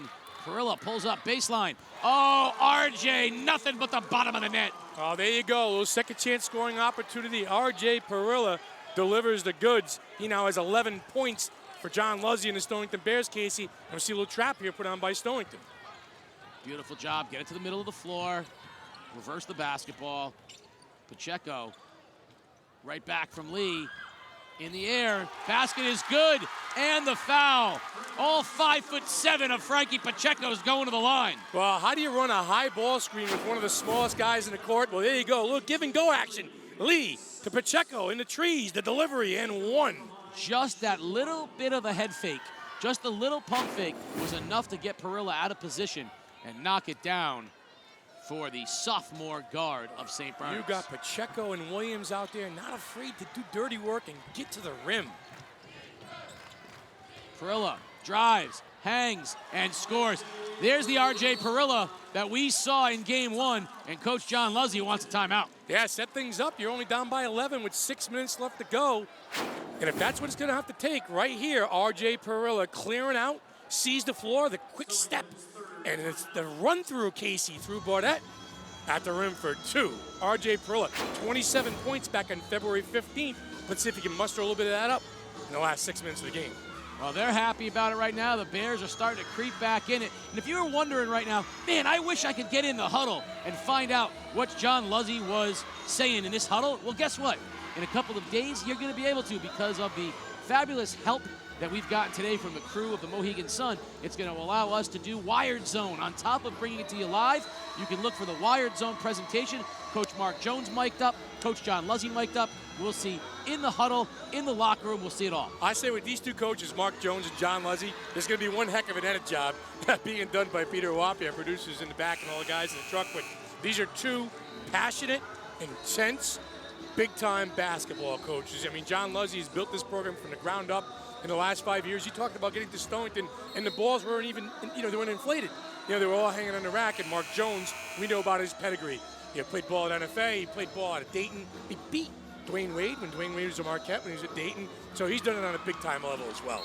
And both of their energies, both of their personas and passion spill over to their teams on the floor. Yeah, when we asked them if they could, wear a mic, they both kind of looked at me like, not live? Not live, right? No. We said, no. Peter Wapie will take good care of you. Yeah, like Mark he does Jones, there he is. Passionate about high school basketball. Little press. Williams gets it. 3-ball. In and out, no good. Tipped by Scott to Fidrich. That was a heads-up play by Zach Scott. Set piece off that timeout there for Williams to get freed up for a look. Just couldn't knock it down, and a good job by the Bears on the glass. Scott, step back, no good. Geary tips it back to him. Shoot it again, Zach. You can tell Shoot it again. Yeah, you can tell he's not confident right now because normally he launches that one. There's a cutting Perilla on a beautiful look from Geary. How about the look from Geary? R.J. Perilla with 13 points all here in the second half, Casey. Senior stepping up, and we got this thing under double digits. Hard to believe they're going to get a foul on Fidrich. You know that Zach Scott is not confident right now. Now, sitting 2 down to the right from me, Jake Irons of Ironclad Stats says that when Stonington last played Plainfield, Zach Scott could have shot it blindfolded with his back to the basket from the rafters, and it would have gone in. Now you can see he's just not feeling it. It's been in his head the last 2 weeks, I think. And the coaches are encouraging him. I had a chance to see him before the game in the court. I said, well, you can't make them all or you can't miss them all. Keep shooting. How's that for coaching advice? Don't get too high, don't get too low. No, just keep shooting. Can't make them all, you can't miss them all either. Big opportunity here. There's a high screen. Perilla comes inside of it. Swing. Oh, there's Fidrich. Open 3. Oh, in and out. That one was halfway down. It would have cut it to 6. Good look, though, by Fidrich. Pull a trigger on it. This game is going to be partly decided at the free throw line. The Saints are already in the bonus. A good job the last couple trips by the Bears, limiting the Saints to 1 trip. 1 and done. Mismatch there, Geary. Going to reset. Time is the... Spread the floor, Casey. Friend of the Saints. Lee. Pacheco now back to Beltran. He'll float in the lane, can't knock it down, gets his own rebound, and finishes it. But I tell you, you gotta get 1 and done situations if you're the Bears. You played good defense for 55 seconds. Missed shot, but a second chance scoring opportunity really hurts you. Perilla fakes the 3. Drives by Lee, ball's loose on the floor, still loose. We're gonna get a foul, I think, on Perilla. That's a great job by Max Lee. You see the on-ball defense. He jumped out, he harassed Perilla, made him put the ball on the floor. Max Lee has done a little bit of everything out there for the St. Bernard's team. Well, they'll go down and shoot the 1-and-1 as Perilla reached in and he got the worst of it on that ball on the floor, and Pacheco will go to shoot. He just missed the front end of a 1-and-1 his last time down. Big free throws as he side clangs that one. So that's 0 for 2 in their last 2 1-and-1s.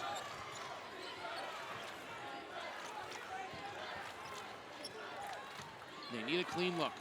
Need some good shots. Oh, bad look that time. Perilla couldn't find Geary, and that's a turnover. You got to protect the basketball.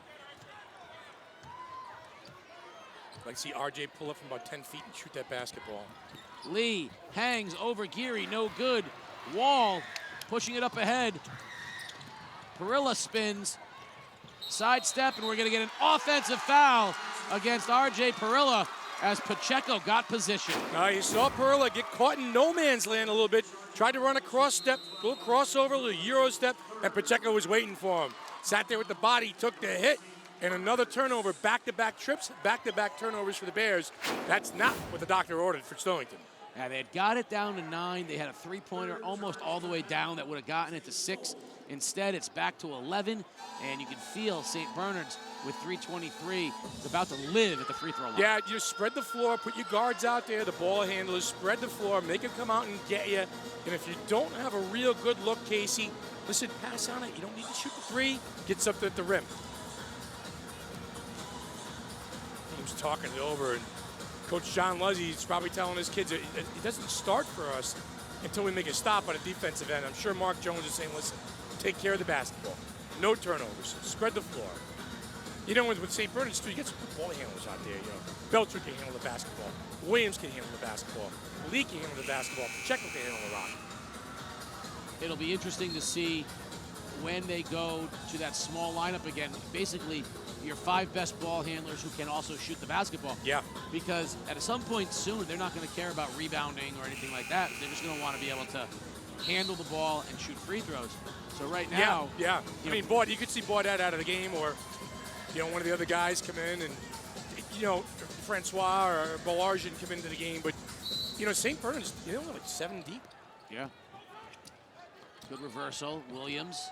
See how easily they break the press with the ball handlers out there. 3-guard offense out there, 4-guard offense out there. Max Lee's listed as a forward, but he's a guard. Can do it all.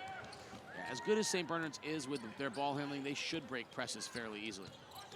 Just clear out and let your dribblers go to work. Pass the basketball. Don't get stuck. They're going to have to start fouling soon.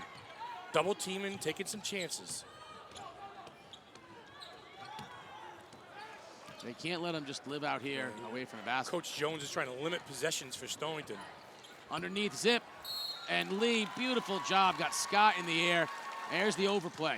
Well, there you go. And how many times tonight have we seen the recognition from one of the guards delivering the ball to Max Lee on a backdoor cut? You saw it with Williams, that time Beltran, the zip pass, as you would call it. No hoop but the harm, and Max Lee would go to the free throw line, Casey, and they burned about 45 seconds off the clock. That's a win for the Saints. Happy St. Bernard Saints. Hard to believe they are moments away, 246 away from a 3-time champ? The three-peat. Three-peat. That's pretty remarkable. Yeah, that's tremendous. This group of seniors has to feel pretty good. DeAndre Williams, Joe Beltran, Max Lee, Quincy Francois. Sure. 3, Cam Baudet. They will have 3 straight championships. Fidrich, floater, is good. He's got the moxie. Fidrich has played well. Oh, and a bad pass, turnover, as Beltran, that time a little too strong for Pacheco.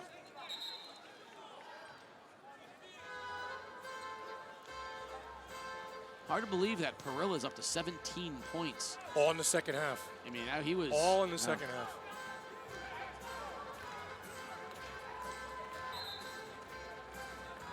John Luzzy. Going to Florida next year as the coach. We'll miss him. Moving, yeah, he's to say that John Luzzy has been a character, and there are many coaching characters in the ECC. Would you agree? Yes. He's one of them. Dave Cornish is a character. Jeff Bernardi's a character. Chris Giusti, we'll see in the next game, he's a character. John's one of those guys. My guy, Chop Parker. No, he's 3-ball, Wall. Got it. Koopa's a shooter. Let's see some defense here. A little full court pressure here by Stonington. And watch when they come over half court. Watch for the double team. They got it down to 8. There's the double. Here it comes. Zipped underneath. Oh, dangerous pass by Lee, but he got it through the traffic. Got a double. Got to go get him. Good and call. There's the foul. They're going to get that on Scott.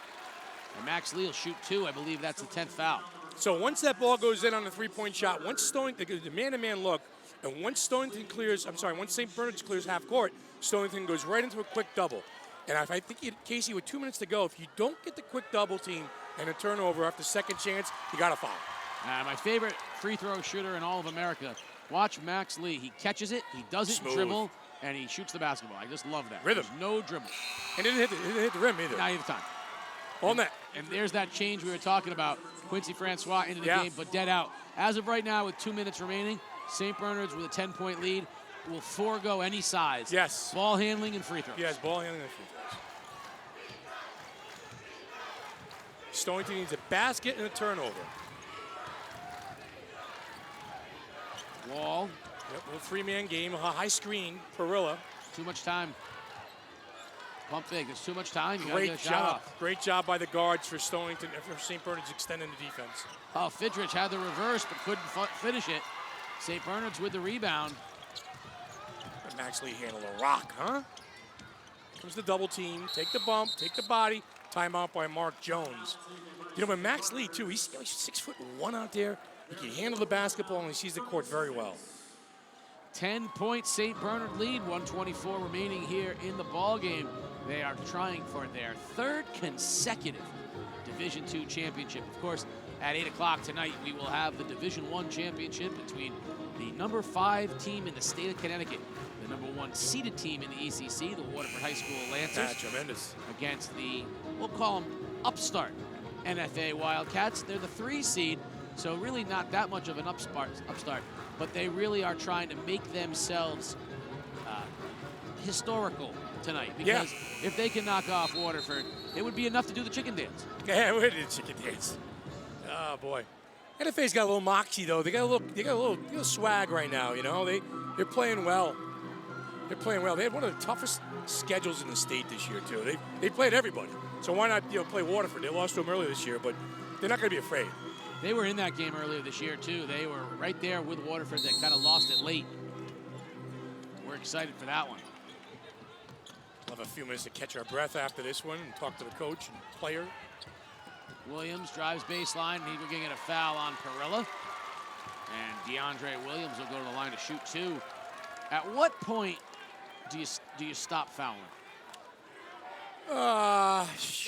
40, under 40. If I'm not within 2 possessions. I've always wondered at what point do you call I mean, off you're the coach. dogs. You tell me. Wow. Under 40 seconds, if you're down by more than, more than 8 points. That's Perilla's 4th personal foul, by the way. I mean, it's a little different in my age group because we don't have the ability to hit the 3. We can't score 14 At your points. age group? Yeah. Or your team's age group? The age group of the team. Oh, okay. 6th graders aren't scoring, knocking down 3s to get back in it. So the 12 points might as well be 22 points. Sure. But one thing I do know is Stonington's got to go quick. You can't forego that. You got to shoot. You got to shoot the 3. Scott finishes at the rim, and we'll get a timeout from Stonington.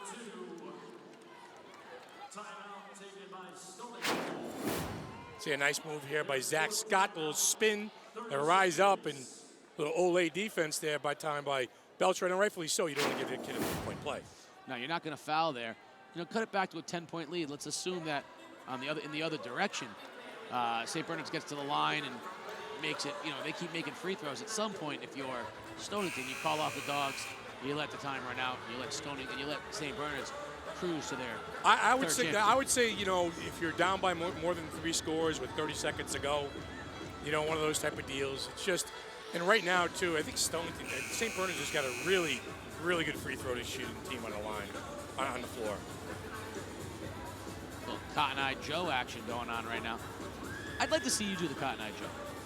I don't know if I can do the chicken dance. Oh, yeah. Chicken dance? Yeah. You've never been to a wedding, evidently. How about the electric slide? Again, you good at that? You good at that? Organized wedding dancing. You good at that? Oh, I can slide, my friend. How about the Dougie? I can Dougie. You can do it all. I can whip. I can nay-nay. How about that new dance with the little, what do they call it?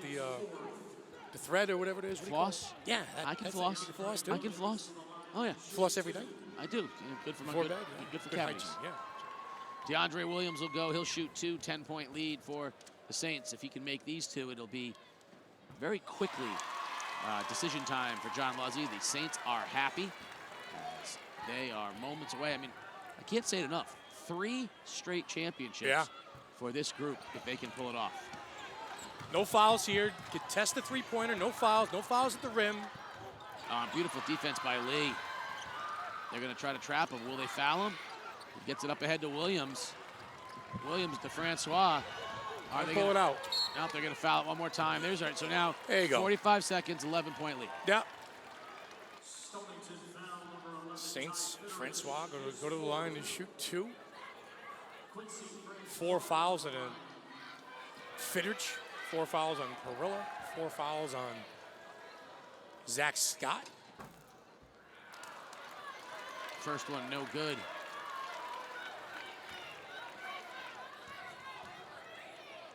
I mean, what a run it's been for this group. DeAndre Williams, Joe Beltran, Max Tremendous. Lee, Quincy Francois, Cam Badette.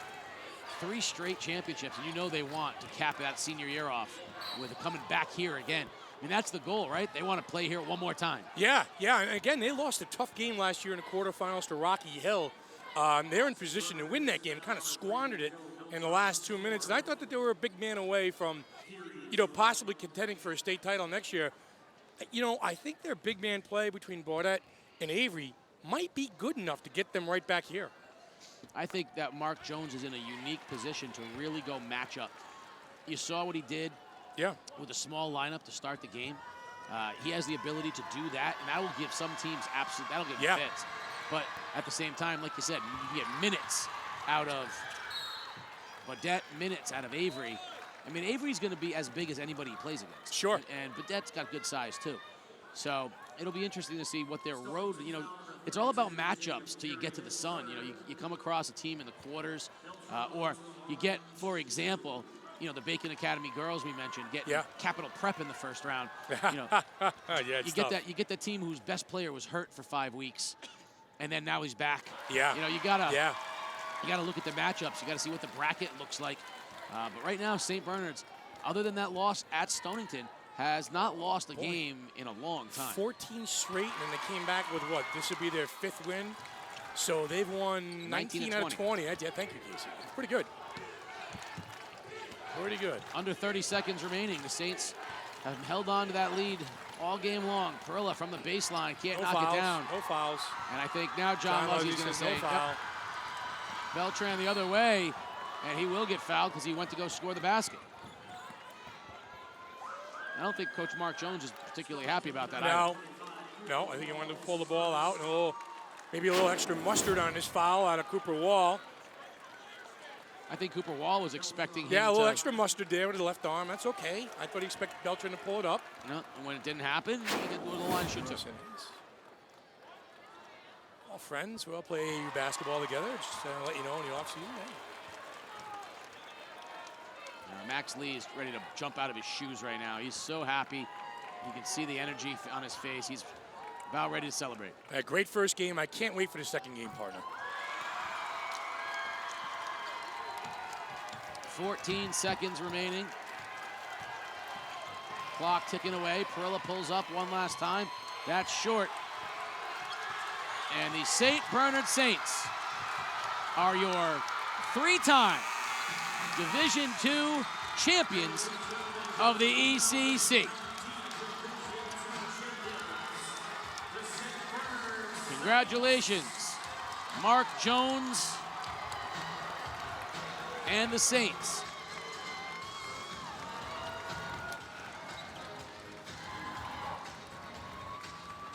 Three times as they defeat a game Stonington Bears team.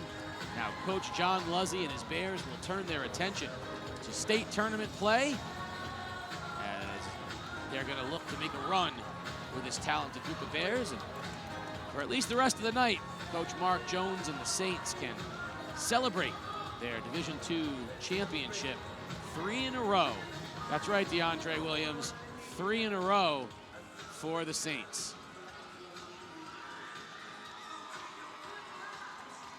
R.J. Perilla, the great senior leader for Stonington. And you see the Saints heading over to their cheering section. They want to party with the students. There, Max Lee. A happy group of Saints. As this game comes to a conclusion, we enter the Mr. G's post-game show. Welcome to the Mr. G's post-game show, brought to you by Mr. G's Restaurant and Bar, New London sports headquarters for over 50 years, now also offering online ordering and delivery through Uber Eats. That's Mr. G's in New London.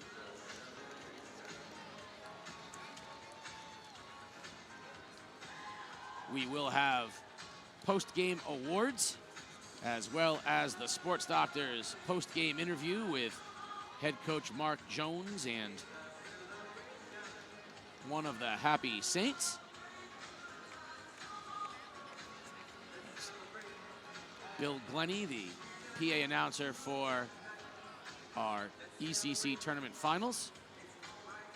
We'll have the winners. There's a special moment between Mark Jones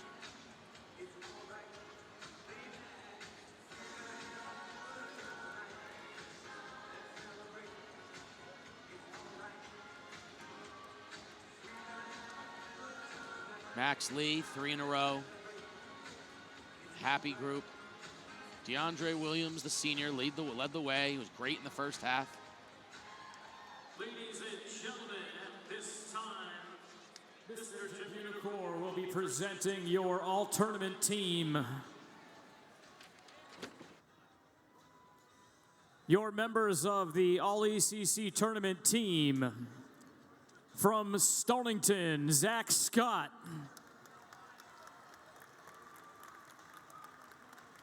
And RJ Perilla.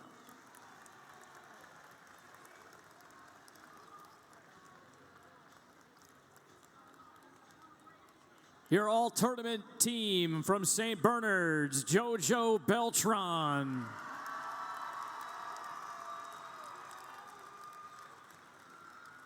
Max Lee.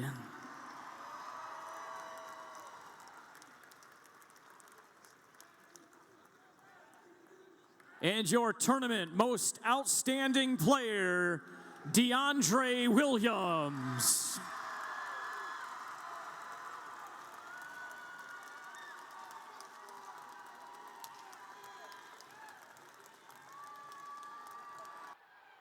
Jim Unicore, and mobbed by his teammates. Happy for the senior, just so dynamic in the first half. The Sports Doctor. Ladies and gentlemen, presenting the tournament trophy to head coach, Mr. Mark Jones. Mark Jones will come out and accept the trophy from tournament director Jim Unicore.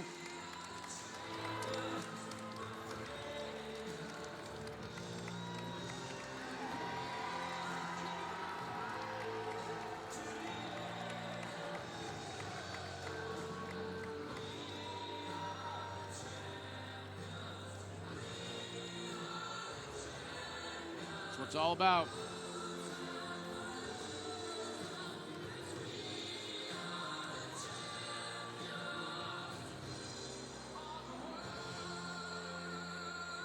Sports Doctor will have head coach Mark Jones and tournament outstanding player DeAndre Williams. Coach Jones might have a special guest on his hip as well. Sports Doctor, take it away. All right, thanks a lot, Casey. Mark Jones, 3-time champion, 3-peat. I mean, since you took this program over many years ago, how does that sound? How does that bell ring? Sounds good. Sounds really good. And, you know, you can't do it without having really good players. And the players that we have this year are so good. And, you know, I've been blessed to coach these guys. Mark, this was a really good Stonington team tonight. Your commitment to defense, I think, is what won you guys a game tonight. Oh, definitely. I mean, that's what we always talk about. And, you know, starting DeAndre, he got hot, man. I mean, he was hitting everything. So he was a big part of why we won this game. But our defense was incredible. You know, guarding those guards is hard. And, you know, they tried to do it. They did it for 32 minutes today. Well, 15 points in the first half. Your team did a little bit of spark out there. You did a little bit of everything out there. Talk about the journey, your 4-year journey through basketball, and now to be a senior and walk out here with a championship has got to feel pretty good. It feels amazing. It's been a real long journey, but I've had the best group of teammates to do it with. I wouldn't want to do it with nobody else. Now, that was a tough team to defend out there, too. Defensively, your guards got at them pretty good. Yes, it was. They're a very talented group. They have really talented guards, but we came out on top, and that's all that matters. Well, Mark, this time of year, it's tournament time. It's basically roll the dice and play with house money. Now you guys got a little house money in your pocket, and you're headed to the state tournament next week. Yeah, I mean, this was one of our goals, but also to win a state title was one of our goals also. So now we're on to the next goal, and, I think we have a good enough team to do it. I've always said, Casey, what's better than one trip to the Mohegan Sun? How about 2 trips? Casey, great job here tonight, guys. Enjoy this one. Casey? Sports Doctor. Well, DeAndre Williams led the way with 17 points. Max Lee, 14 rebounds from his guard position. Hard to believe so many rebounds from a guard. We are moments away. At 8 o'clock tonight, will join us again. We'll have the Waterford High School Lancers and the NFA Wildcats as they prepare to tip off. Let's take a look, though, before we leave. Let's take a look at some of the highlights from that first game, the St. Bernard's Championship. DeAndre Williams was magnificent in the early going. Max Lee and Nate Avery banging on the boards.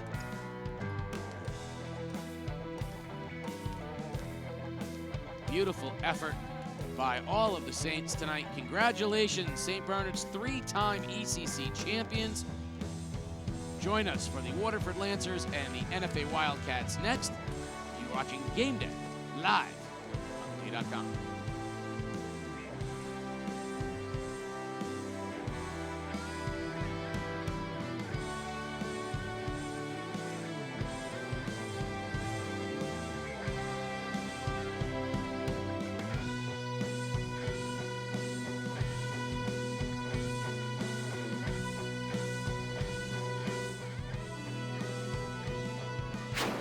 Ashley Birdsall, senior cheerleader at Waterford High School. Nina Tanucci. She's the funniest person on the team, by hands down. Probably nothing, because I'm not good at anything else except for this. He always tried to push me to do softball and tried me and my brother to go hitting with him, but I would be absolutely terrible and he would be so embarrassed to ever put me anywhere on the field. The team award, of course, because you wouldn't be anywhere without the team. It's very dangerous, and people get hurt every time, every single practice. I fractured my growth plate in my knee. Cooper Wall, senior at Stonington High School.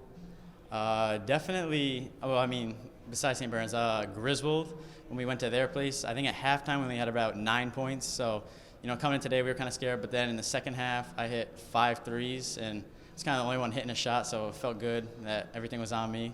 That was probably the best. Oh, it's definitely good. We all started, when we were really young, it was like 5th grade, and we played all through their rocks. We played together. Then we came up to basketball, and we all thought freshman year, can't wait for when we're seniors. We're all going to come together. We have good chemistry. We all like each other, and it just came all together this year. Oh, definitely a 5-foot putt. I just started playing golf a couple years ago. Definitely counting numbers. I think if I could do really complicated math problems or find out percentages, I feel like that would help you a lot in jobs, and I feel like that'd be pretty good. Definitely Jake Geary. He's just tall. He's goofy. Yeah. My name is Devin Strosky. I play basketball at Eastlime High School. No, I didn't even know I was going to start freshman year, and next thing I knew, I was in the game playing, and I was like, wow, this is awesome. But I did not expect to score 2,000 points. I try not to look at him because I know it would be a disapproving face, but if I make it, then I'll look at him. Probably Luke. Now, you're not just saying that because I'm going to do this. Since Luke's standing here, Yeah. anyone else other than Luke, who are you taking in the 2-on-2 contest?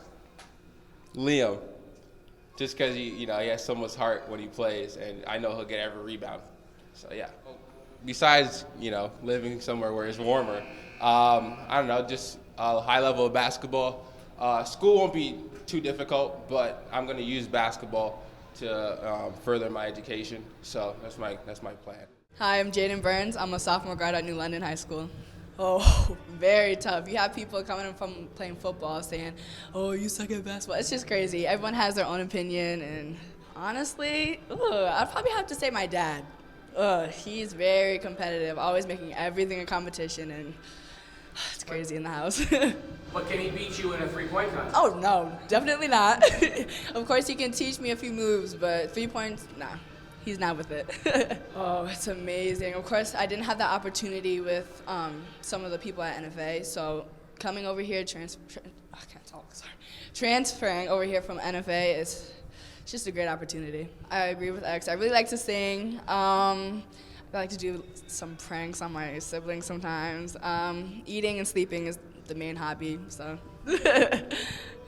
Ooh, probably the singing starting five for New London, probably. We all have our own personalities, like X said, so we're all very good at that. I don't know, maybe I'll try out football, you know? That might be a good enough sport to do, you know? You really want to play for Dad? Maybe not for him, but probably not for him. Maybe for another coach, but. JJ Brennan, senior from Waterford High School. Probably baseball. I'm pretty nasty. I just don't play. Probably rapping, like Luke said. Beach or pool? Probably the pool. I hate the sand. I'd probably pick Liam and Luke. I've been playing with Luke and Liam for like 4 years, and yeah. 3-point contest, you or your sister. You know who she's gonna say. Herself, but I'd probably pick myself. I'm a good drawer. What do you like? What's your go-to drawing? I don't know, I usually draw like logos, like Nike signs, Jordan signs. Kenny Turner, Ledger High School. I'd say probably facing a really good hitter, because baseball, pitching-wise, you gotta do a lot more things. You gotta think like pitch by pitch. If you throw a ball, then you come right back with a strike. I think that's just a little bit harder.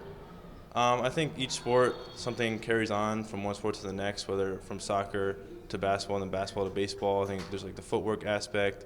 I think there's just a lot of things you can take from each sport. My mom, I'd say my mom is, and she tells us about it pretty often. So she says I get my athleticism from her, and it's a good family discussion at dinner table sometimes. Funniest guy or funniest to like make fun of? Both.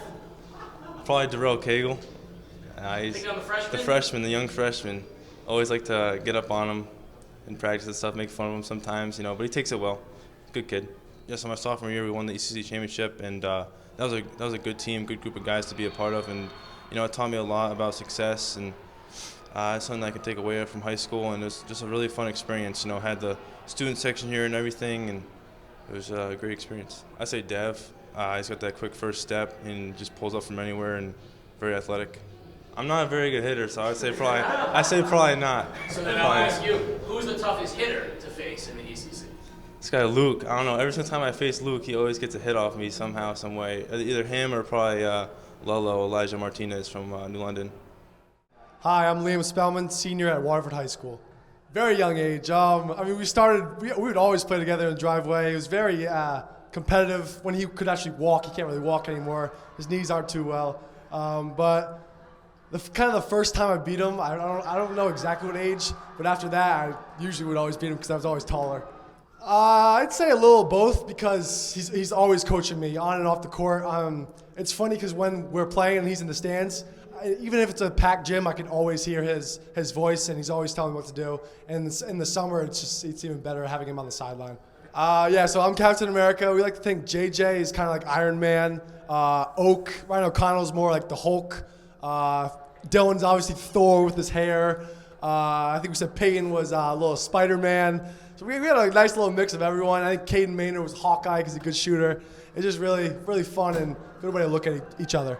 Oh yeah, so it was actually Mr. Walker's idea. He's our announcer. He's kind of like the voice of Waterford, and it was his idea. And right when I thought of it, I was like, I gotta have a nice beat, and it just because it gets me hyped every game. Oh, no doubt, singing. If I could sing, I'd want to be like Troy Bolton. As funny as it is, I'd do like drama and stuff. But singing is one thing I'd want to do. I'm Luke Leonard. I go to Eastline High School. I definitely have to go with making the jump shot. I don't know. Basketball has always been like the first passion I had, and baseball has always came second. Like if I had to choose basketball or baseball, it's always basketball. Hey, the big guys box them out, and I just go in and clean up for them, make them look good. Oh, that's got to be me. That's got to be me. I'm always cracking jokes, messing with people, whether it be Coach Bailey or Nate Diaz. Rapper. I'd be the next Kodak Black. I got JJ and Dev. Taking the quickness and our shooting abilities, and we got the heart from Jay and I. Definitely got to be the jump shot. I'm more of a line drive hitter. Mason Jackson, and I'm a sophomore at North Tree Academy. I don't know, I try to be a video gamer. I feel like I'm good at video games, so I try to be a video gamer. Could you take Ninja one-on-one? Yeah, Alright, I got you. I feel like I'm the best fort player on the team too, so. Best basketball memory of my entire life was kind of past, like, it was like the recent summer. I went to the UAA, and I saw like a bunch of D1 coaches, and it was just really exciting to see like Duke and Oregon and all them there. Yeah, I'll say that. We're going to have a bunch of athletes on the floor. Like, it's going to be crazy. It's like everyone's going to be dunking. It's going to be a great game. Xavier, he always, on the court, off the court, anywhere I see him, he's just funny. He's always making jokes. I need to take a sharpshooter. I'm going to take a sharpshooter, so I don't know. I might take JJ Brennan. I need a sharpshooter. It would mean a lot because we haven't been here since Marcus Outlaw in 2014, so I mean, this would be a big thing, especially at Mohegan Sun, first year doing it, so we just make history right there. I know on the last game they said I was a pretty good fisher, but that's I don't know. You like to fish? Yeah, I haven't gone in a while, though. I got to go back. I got to go back fishing. I'm Max Lee, senior guard at St. Bernard. I think I would want to be an actor. That's something I see people on movies, and I think it's really, really cool. No, he thinks I'm better than him, and ever since a young age, he's been telling me that. School, I guess. I take school really seriously, and I try to get the best grades I can. Well, my brother, he kind of shaped, like, I want to do everything he did. So, like, growing up, he played soccer, I played soccer. He played this sport, I played that sport. And basically, we were just in the yard, like, ever since a young age, just playing together. And, like, my cousins, too, they just used to beat on me, and that probably made me better. Oh, that's easy. I'm taking Nick Hay from NFA. We've been playing together ever since we were a young kid, and we just both know what we're going to do on the court, and he's a great cutter, too. So it's easy to pass it to him.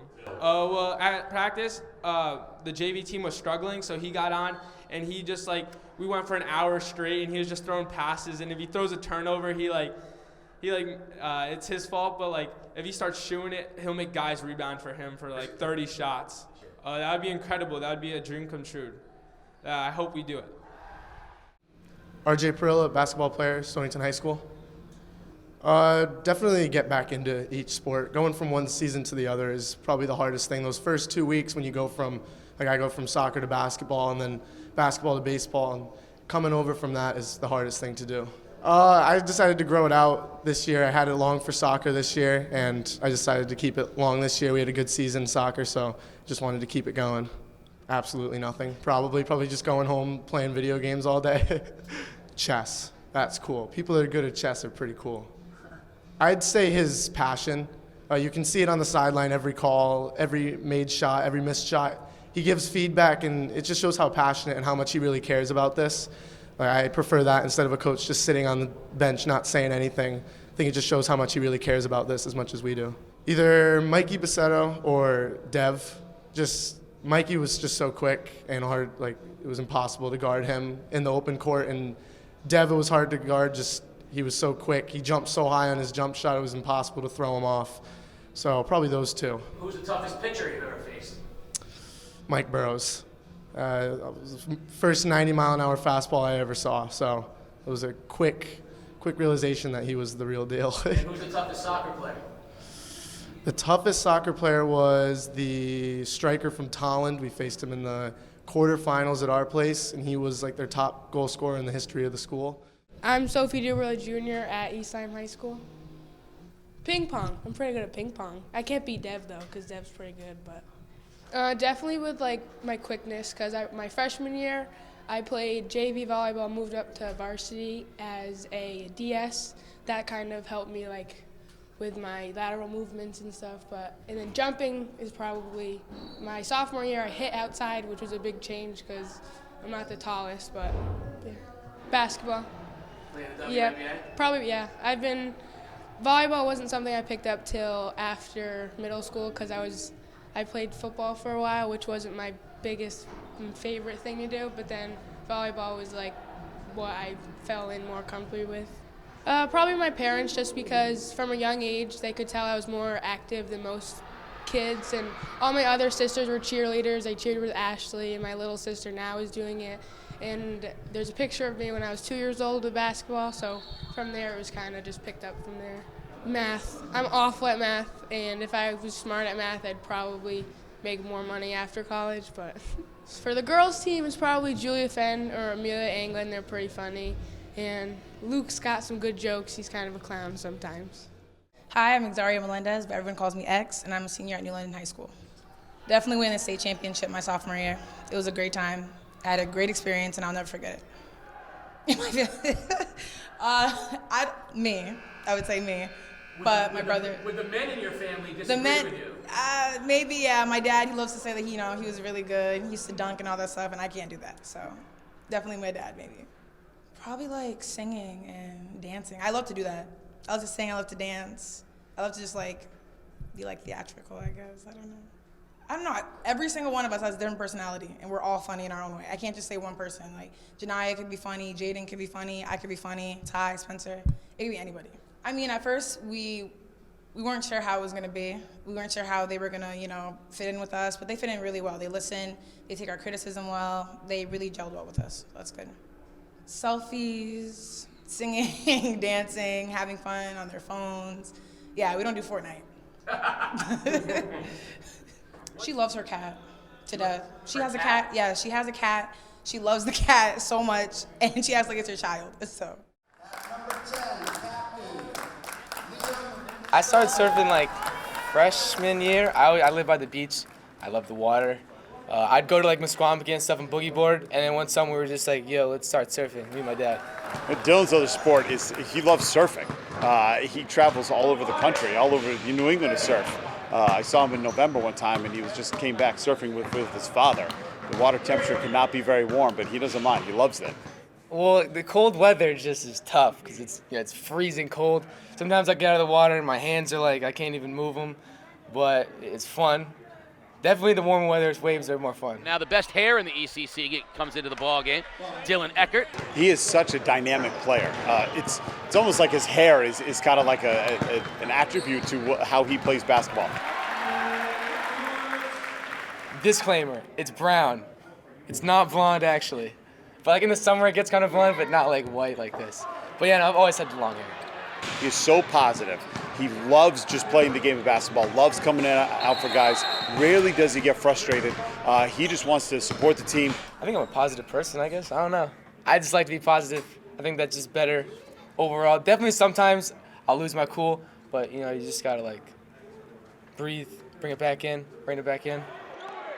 His defense this year has been so helpful in a lot of different games this year, knowing that I have a really fantastic defender ready to come off the bench. He's a good point guard, he's a good shooter. He really brings a lot of pieces that I need when I need a sub at any time during the game. I do it all. I just do what needs to get done. Eckert knocks down a three. Yeah, and Waterford needed that.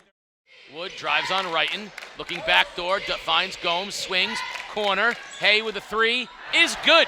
Hey, Nicholas. Nick is the prototype NFA basketball player. He's a guy that is a leader by example first and foremost. He is a student athlete, emphasis on student first, athlete second. When I started this program, I was kind of timid. I was a little shy to shoot the ball, Juice has always kind of told me, Nick, you got to shoot the ball. You got to be more confident in your abilities to be able to score. And this year I've just kind of taken that and built up my confidence and just decided, this is my senior year. I got to go out and shoot the ball now. It's time to actually go get it.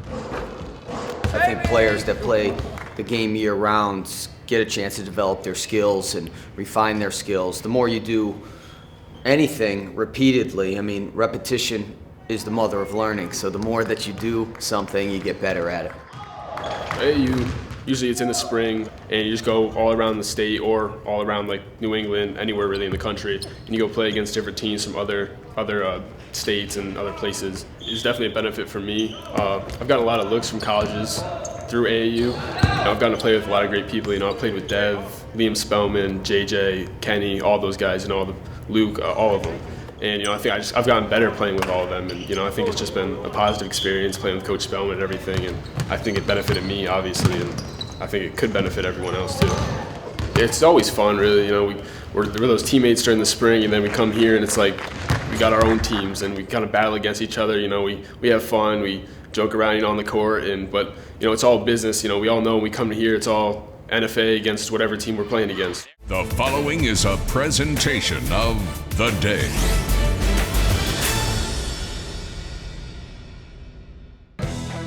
The Waterford Lancers are on a historic run.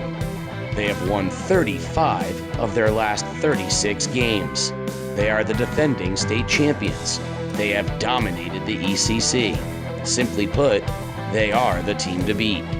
Liam Spellman's leadership, J.J. Brennan's shooting, Ryan O'Connell's energy, Peyton Sutton's versatility, and Kenny Hill's poise and direction have Bill Bassett's Lancers supremely confident as they have ripped through the ECC tournament and now return to the scene of their state championship, the Mohegan Sun.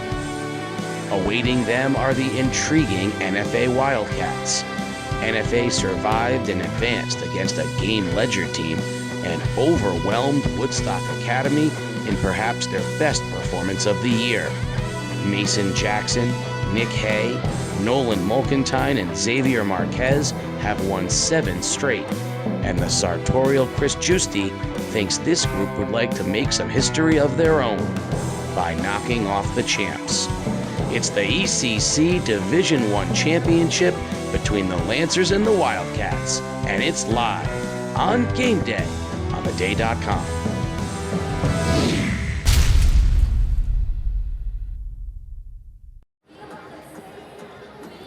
The road to a championship is dangerous and often filled with peril, and only the true of heart can achieve their ultimate goal. And tonight, we have 2 teams trying to become heroes, and we have it all live on game day, live on theday.com. Casey O'Neill and the sports Dr. Keith O'Brien. Now, for Waterford, the last time they were here, they celebrated a championship.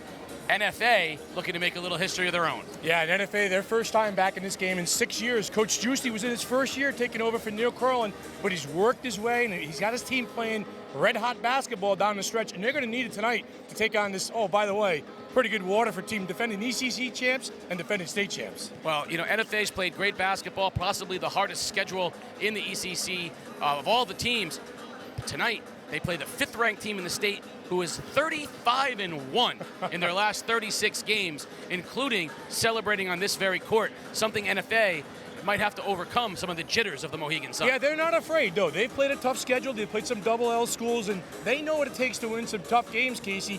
But this is going to be extra specially tough tonight. Again, Waterford, no stranger to this court, no stranger to winning championships. And like you said, right now, this group of kids on a very magical run. Well, we saw St. Bernard's win their 3rd consecutive Division II crown. Tonight, Waterford trying to go back-to-back in Division I. Who are the players we should be watching in tonight's game? Yeah, sure thing, Casey. We'll start with Waterford, and we'll start with Liam Spellman. Senior forward is a high-energy player for this Lancer team. Scorer, rebounder, defender, and a fantastic passer makes Spellman a complete basketball player. But it's Spellman's leadership skills that pay big dividends on the court come crunch time for Waterford. Playing basketball at Ithaca last year, this senior wants to go out on top. And for NFA, how about super sophomore Mason Jackson? Mason can flat out score the basketball. Long-range jumper or getting to the rim, Jackson is a handful when he gets cooking. His size and length in the NFA zone will give the Lancers something to think about as well. The sky's the limit for this sophomore, and he just might be the guy to return NFA to league champs. Well, if that's going to happen, it's going to have to be more than just them. It's always the people we don't expect. So let's meet all the rest of the players in tonight's game. J.J. Brennan, Oswegatchie Elementary. Liam Spellman, the Southwest Elementary. Kenneth Hill, West Elementary School. Ryan O'Connell, Quaker Hill Elementary. Peyton Sutton, Great Neck Elementary. Nathan Landon, Great Neck Elementary. Dylan Eckhart, Great Neck Elementary. Katie Maynard, Southwest Elementary. Owen Coder, Southwest Elementary. Liam Kane, Great Neck Elementary. Ryan Bakken, Quaker Hill Elementary. Robert Zawacki, Oswegatchie Elementary. Stanley Manning, Oswegatchie Elementary. Nick Hay, Porter Elementary. Carlos Montron, Greenville Elementary. Xavier Marquez, Waquanic Elementary. Mason Jackson, Sales School Elementary. Nolan Mulkentine, Canterbury Elementary School. Andrew Gromko, St. Patrick's Cathedral. Kenyatta Peak, Skis Elementary School. Osman Saru, Waquanic Elementary. Blaze Bolsajor, Jug Elementary. Well, whenever you're in a championship atmosphere such as this, you have to rely on your veteran leadership, and Waterford certainly has that. Liam Spellman has been here what it seems like for 10 years. Yeah, he's one of those kids we've kind of watched grow up in the league in the last 4 years. You know, and Spellman, he's definitely one of the key players, and a couple other seniors out there, J.J. Brennan, Kenny Hill, and a couple of young players too. I mean, Waterford's loaded. They certainly are. And, you know, with Waterford, they can do everything. They can score inside, outside. They play amazing defense. Their length. NFA will have to try to figure out a way to counter that tonight. And that's always the interesting part of these games, the chess match between Chris Giusti and Bill Bassett tonight. So what are the keys to tonight's game for both the Lancers and the Wildcats? Yeah, sure thing, Casey, for NFA. Lockdown D. Use that signature matchup zone and make the Lancers work for every bucket. Walk the line. NFA likes to shoot the three, get the shooters on the perimeter, and knock down shots. And get back. Get back on D and take away that Lancer fast break attack. For Waterford, plain and simple, run. The Lancers at their best went on the break with all 5 guys running the floor. Down the stretch, take advantage of the length from line to line, make things very difficult for the Cats. And team basketball, Lancers have the best team in the league all year. No hero basketball tonight. We'll take a team effort to beat NFA. Yeah, both of these teams cruised in their semifinal wins. Waterford just decimated Fitch in their matchup, and NFA just did it awful. I mean, they just absolutely crushed Woodstock Academy with Xavier Marquez playing unbelievable defense. Yeah, and Chris Giusti talks about it all the time. He talks about the season being a grind, this team's ability to grind in the last 3 or 4 years, and they're going to have to do just that tonight. They're going to have to grind it out to beat Waterford. Well, they certainly are. And it's always going to be interesting in a game like this to see who's that player that steps up unexpectedly, the guy that maybe you don't think about. And I like Nolan Mulkentine for the Wildcats. Football player, brings that toughness onto the floor, athletic, can run. And I think it's going to be someone like that if NFA is going to pull off what is, quite frankly, an upset. Played well against Woodstock, that's for sure. Well, as always, here at the Mohegan Sun, we want to thank all of the staff for all the excellent help, and that includes our PA announcer, Bill Glennie. For the 2019 ECC Boys Basketball Championships, brought to you by the official tournament sponsor, Core Plus Credit Union. The ECC would like to thank Core Plus, Mohegan Sun, NFP Sports, and Heavy Hitters for their assistance in making tonight happen. Game 1 of the ECC Championship went to St. Bernard's, and Game 2 will feature the number 1 seed and number 3 seed. The top seed, your Division II regular season champions, and the number 3 seed looking to avenge an earlier loss. The top seed in Division I is the Waterford Lancers. Advancing with wins over Killingly and Fitch at 21-1 on the season, they will be the number 1 seed in the Division II CIAC tournament. The head coach is Mr. Bill Bassett. Assistants are Tim Lindberg and Mike Straneski. Their opponent tonight, the number 3 seeded Wildcats of Norwich Free Academy. Wins over Ledyard and Woodstock got the Wildcats to the Sun, an overall record of 16-6. They'll be the 14 seed in Division I state tournament beginning next week. Head coach of the NFA, Mr. Chris Giusti. Assistants, Terry Williams, Wes Murphy, Jeff Brown, Ashley Favello, and Tony Solar. Ladies and gentlemen, your officials for tonight, Mr. Tony Nacito, Mr. Rob Bono, and Mr. Dan Kalis. They'd also like to remind everybody, the Eastern Board officials are wearing black wristbands in honor of Joseph Josh Schaponi, who recently passed away. Josh was a proud and professional member of Board 8 for many years and will be greatly missed. He also served the area in baseball and football officiating. Rest in peace, Josh. Your on-site director, Mr. Jim Bunicor. Your ECC commissioner is Gary Makiewicz. And your athletic trainer is Ashley James of Orthopedic Partners. ECC would like to remind everybody that they've made a commitment to promote sportsmanship in all athletic contests. Please show respect for all players, coaches, game officials, and spectators. Anyone violating of standards of sportsmanship will be subject to immediate removal from the venue. Please cheer for your team and not against your opponents. And now, without further ado, your starting lineups. First, for the Wildcats. Starting at guard, a 6'4" sophomore, number 4, Mason Jackson. Starting at guard, a 5'10" junior, number 1, Xavier Marquez.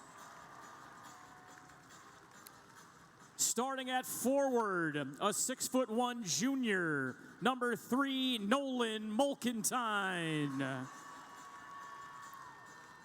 Starting at guard, a 5'11" senior, number 5, Andrew Gromko.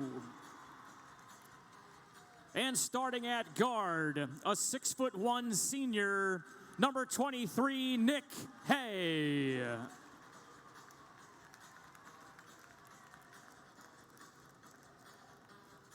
And now for your number 1 seeded Waterford Lancers.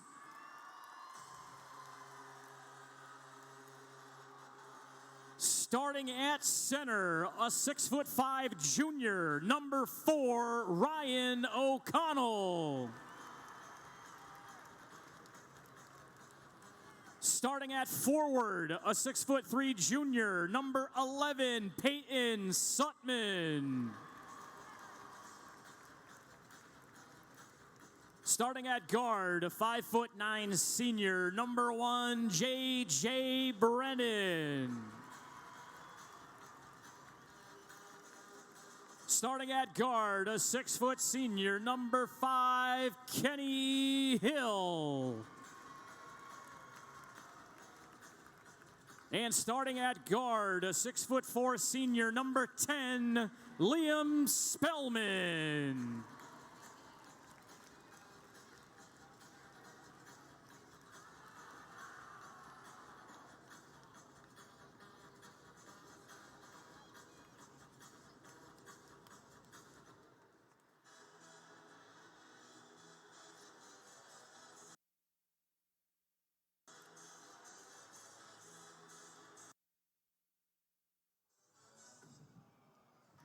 Ladies and gentlemen, at this time, we would ask that you please rise and remove your hats as we honor America with the singing of our national anthem. Tonight's anthem is being sung by the Ledger High School Chamber Choir.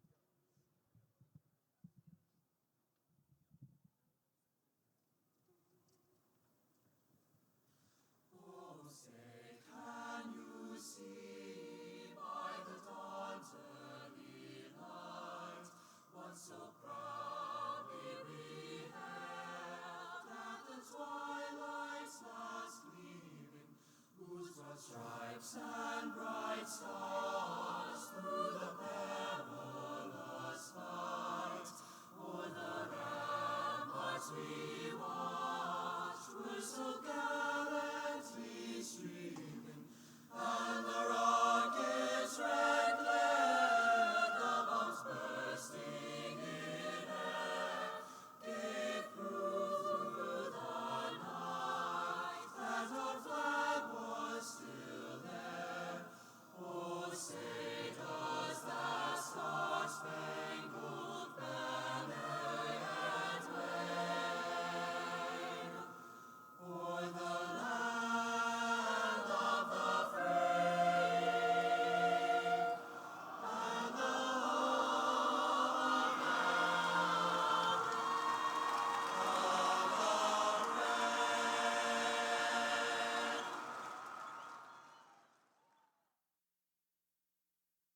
Game Day is a production of the Day Publishing Company. If you'd like to support Game Day and help us continue to bring you the best of Connecticut high school sports, please consider purchasing a print or digital subscription to The Day at theday.com/subscribe. Well, here we go, partner. Game 2, round 2, championship game number 2 of the night. The Waterford Lancers, like you said, winners of 35 out of 36 games, defending ECC champs, defending state champs. Lancer Nation in full force here tonight, taking on a team from about 6 minutes up the road, the NFA Wildcats.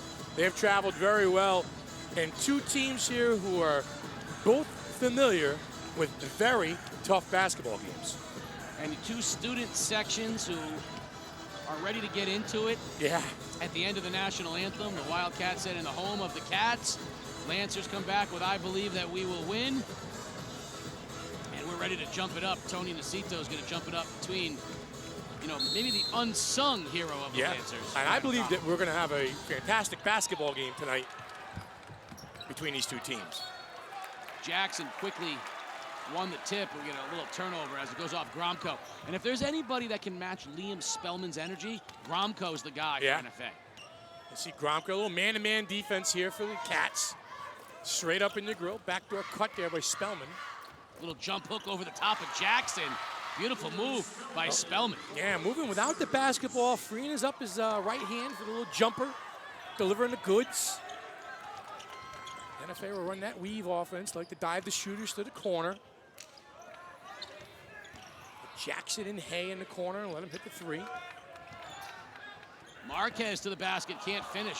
Spellman, here we go, off to the races, Lancers. Nice job by NFA getting back on DKC. It's going to be important tonight because, like you said, Waterford likes to get out and go. Best team I've seen at pushing off of rebounds and even your own made shot.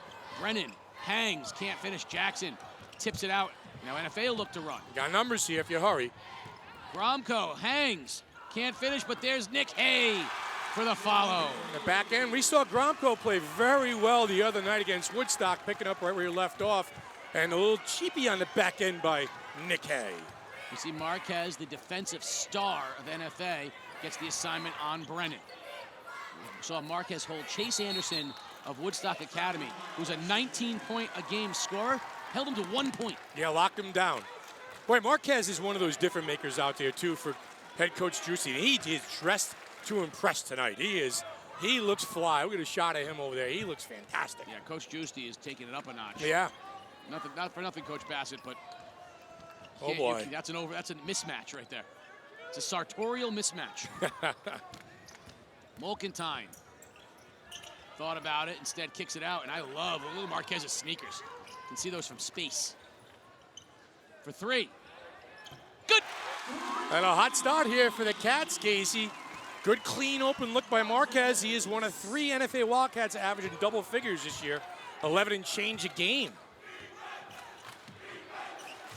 Comes the high screen, now they go out of it. Hill switches the play up, Spellman pops up. Beautiful hands by Gromko. Kick, Brennan, 3-ball, no good.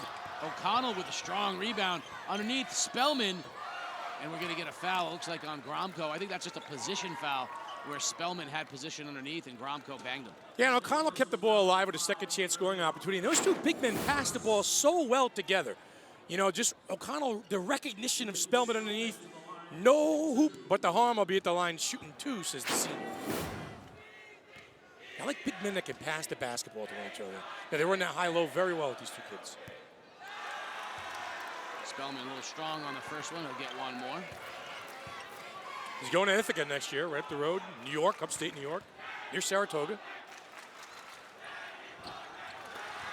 And the NFA student section is active. We love it. They're active. And Sutman gets the early assignment on Mason Jackson. We were wondering about whether it would be Spellman. Spellman's on Hay, Sutman on Jackson. It's good to have how many defenders Waterford has. Yeah. We can match up like that. And long. They can all go get it on a defensive end. And O'Connell's out on Molkentine off a switch. Very deliberate. There's the kick. Baseline, no man's land for Marquez. Extra pass to the corner. Marquez for 3, strong. Look how Spellman looked right up, trying to, right away. The leak out. He was looking for Brennan sneaking out of there. Bad pass that time, but they look to run, they look to push off a make or a miss. You know, that last offensive set by NFA, that's their MO. They like to run the little weave, the little dive up top down to the rim, but they will slide a shooter and fade him into the corner for that 3-point shot. 4 guys out there can knock it down. Spellman's doing a great job on Hay, and there's Sutman doing a great job on Jackson. Right now, neither of the big scorers for NFA, they're really having to work just to get the ball. Yep. 5-2 right now with 4:43 left to go. This pace is right where NFA likes it.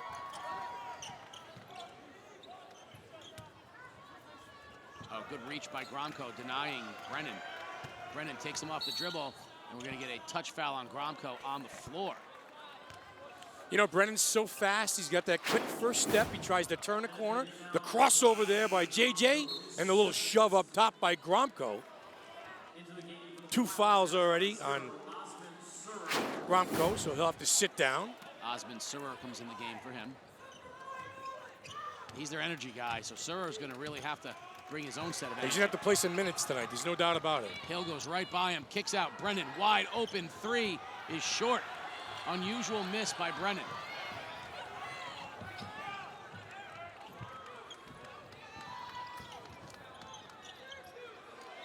Find a way to free up Jackson, get him the basketball. A backdoor cut to Hay. Oh, beautifully done. Mulkentine to Hay.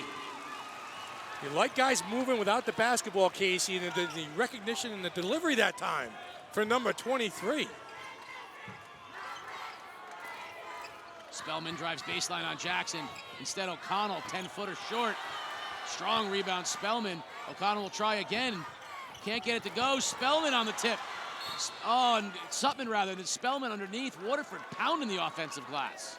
Not one, not two, but 3 times. Almost a charm for the Lancers at that time as they were hammering the glass. Peyton Sutman flying in from the foul line, almost sent it in. I was just going to say, how long before we see Kenyatta peak? And on cue. Yeah, there he is. On cue. So for NFA, Kenyatta Peak's going to check in. He's going to give Jackson a breather. Yeah, there's Juicy. How good does he look right there, huh? Coach Juicy, dressed to impress tonight. He'd make Jeff Bernardi jealous tonight, wouldn't he? Coach, if you're listening, no offense. No, Bernardi looks great. But he's very CPA, Wall Street accountant, kind of very conservative. Yeah. Juicy's got the sneakers matching the belt. Got a little flair. With a pink offset on the light cream-colored suit. Let's get a look at the socks later, That's just too. well done. I promise you, they're striped and they're magnificent. Take your word for it, partner. Oh, good defense by Surer. Forces a travel from Hill, and Hill wants Hill and Brennan are discussing. Said I was supposed to zig and you zagged. As Coach Juicy, been doing this for 6 years now. They left Mulkentine open, missed the 3, and there's Sutman with a strong rebound. Missed opportunity for NFA. O'Connell wants the ball. A little bit of a matchup zone right here. Look, no straight man for the Wildcats. Jump into passing patterns. Brennan, beautiful look underneath. But Spellman found himself out of position. Sutman baseline, floater. Oh, Peyton Sutman with a floater on the baseline. Beautifully done.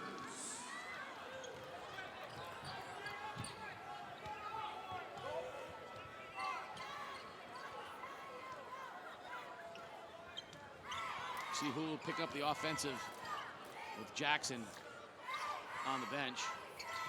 Look for Hay. Yeah, Mulkentine. Marquez out there. There's Marquez, a little strong.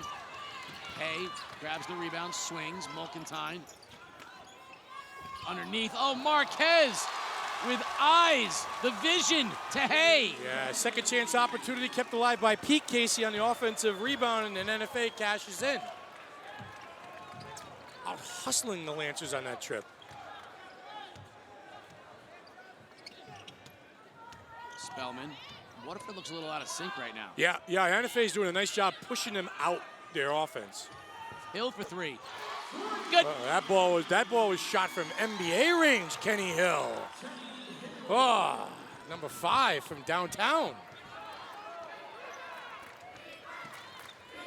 Surer. NFA's trying to work for a shot. Mulkentine can't finish. Strong rebound. Spellman ahead to Brennan. Beautiful look to Sutman, but he can't finish. Up ahead the other direction. Mulkentine. Jump step. Floater no good. Little jump hook in the lane, good and go. Nice job by the Cats getting back on defense, giving Waterford nothing. No leak outs, no run outs. Get back, play sound D. Hill splits everyone and flies to the basket. Thrill Hill. Yeah, welcome to the game, Kenny Hill. A little 5-0 run here for Waterford, all via number 5, Kenny Hill. Knocks down a triple, gets to the rim. Tie ball game. with 1:03 left, and Coach Giusti wants to talk about it. I think he wants to get the scorers back in the game. We're going to see him send some guys in. There's Hill. And watch Hill just blow right by everybody and elevate at the basket. I like how he goes hard and that jumps in and hard to the basket. So, listen, he's not going to fade away from the contact. He's either going to, like you said, get the hoop in the harm or just take the harm. And he's strong enough at his size to take the hit. They're the Waterford Cheerleaders defending ECC champs. well, the Division II ECC champions, because the overall winners and Division I NFA, ECC champions are across the way. The NFA cheerleaders, there they are. So in the house tonight, not only do we have a stare down of maybe the two best teams in the basketball, they got the two top cheerleading squads as well. Yeah, good stuff. Good stuff. Both student sections brought it. It's a school night. It's after 8 o'clock, and we don't care. We're here to have a good time. Well, 3,000 people have made their way into the building tonight. So we got a host of substitutions into the game. Carlos Montron comes into the game.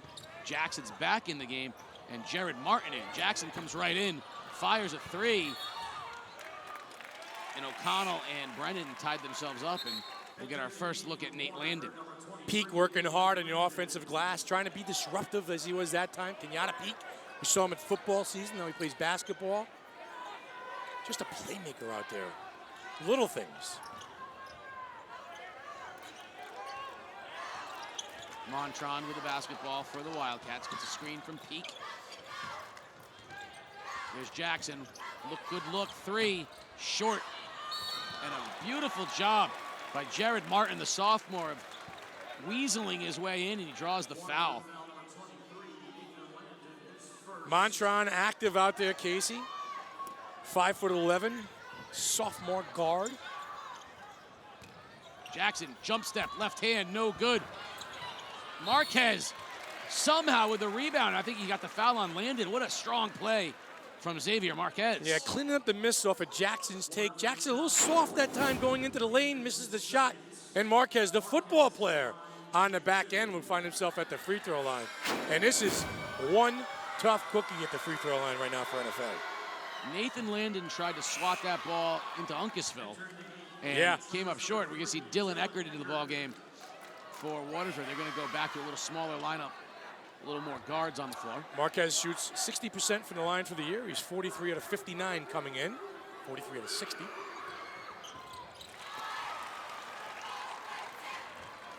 One of two there.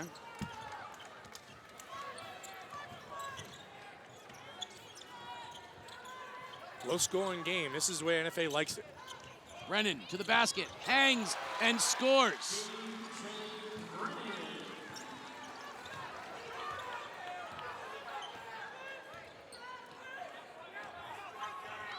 Last shot opportunity here for the Cats.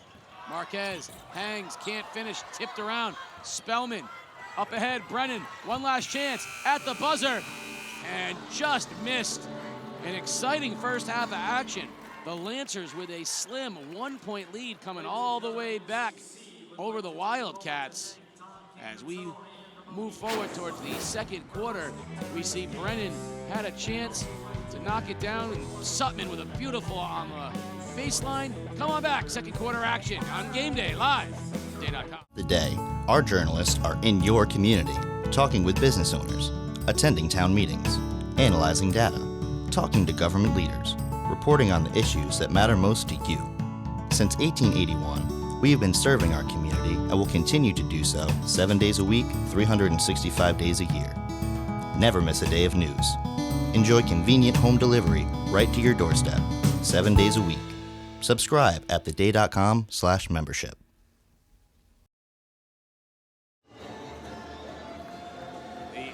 Division I cheerleading champions, the NFA Wildcats, happy with their team's first quarter performance, but somehow Waterford comes out of the quarter with a 1-point lead. Yeah, it feels like NFA's up by like 5 or 6 right now.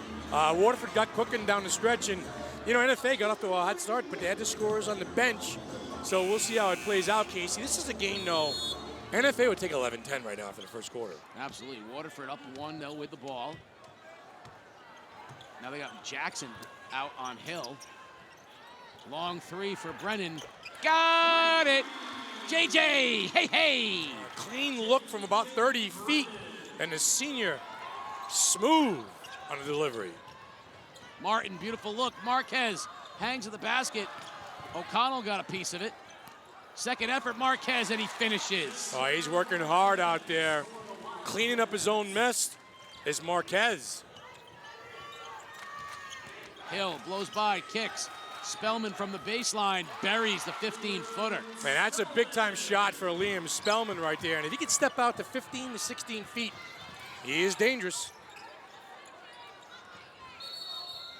We're going to get a travel on Jackson. Good defense by Eckert. Well, it's a combination of good defense and just a poor decision-making by Jackson to pick up his dribble down there in the corner. And no man's lane. He needs a little help. You got to go to your star, get the basketball. Don't run away from him when he picks up his dribble. You know, the sophomore has played big-time basketball on the AAU circuit, so he's no stranger to the high level of competition. Yeah. But you got to think even here you get a little bit of butterflies. We're going to get a tip ball that's going to be out of bounds. Double tip, they're going to say it'll go over to NFA. Officials Kalis, Nocito, and Bono tonight. Good crew out there, both games. These guys are top-notch, performing at a high level. Gromko back into the game. Casey, 2 fouls. Roll the dice with him. Jackson hangs. Tough shot. Good defense by Eckert and O'Connell. Hill pushes the other way. Hill, floater. Oh, can't finish. And Jackson with a strong rebound. We talk about Jackson next year when he fills out a little bit, gets a little muscle on that body. A good defense by Brennan. Oh, and he and Marquez hard on the floor. How's that for a scrappy matchup? Marquez and Brennan. I don't think either one of those kids will back down out of that.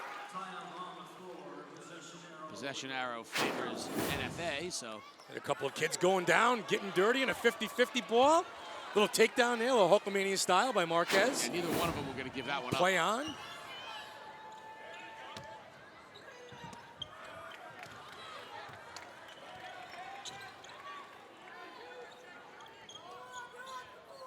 Jackson needs to get going. Pulls up in Dick Eckert's face. Just misses. Rebound and push. Waterford will go. Jackson just can't quite get going. Yeah, no offensive rhythm whatsoever for the whole Wildcat team. O'Connell wants the ball in the mismatch with Mulkentine. Instead, Brennan beautifully shut down by Marquez. Marquez on the steal, but they're going to get the armbar call, and Brennan and Marquez. Oh, they're woofing now. Yeah. They're going at it a little bit. Now, you know J.J. Brennan, he's not going to back. He got a little chip on his shoulder out there, and Marquez does too. Marquez, I think, is bleeding from the mouth, too. Either that or he's got a... He's all right. Either that or he's got Twizzler before the game. It's either a mouthpiece or he's bleeding from the mouth.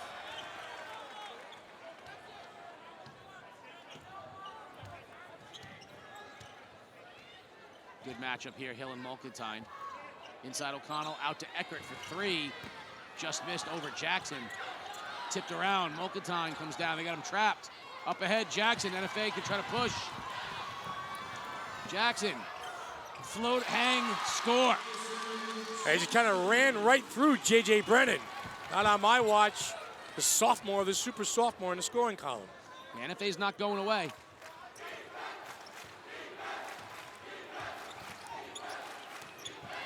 Brennan, good look straight away. Short. Oh, the hustle rebound by Spellman. And he's going to go to the line. That's all hustle from Liam Spellman. 3 fouls there on Gromko in the corner, Casey. That's what keep an eye on that. Andrew Gromko left to sit down with 5:06 left to go in the first half. That's just all hustle by Spellman. Ball went up.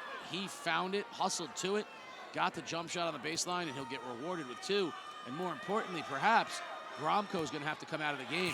The kid just can't catch a break. He's just picked up his 3rd foul. Yeah. Kenyatta Peak will replace him, Casey. Athletic player. Interesting lineup right now. Spellman, O'Connell, and Sutton in the game. No Hill, which means Brennan and Eckert will be the primary ball handlers.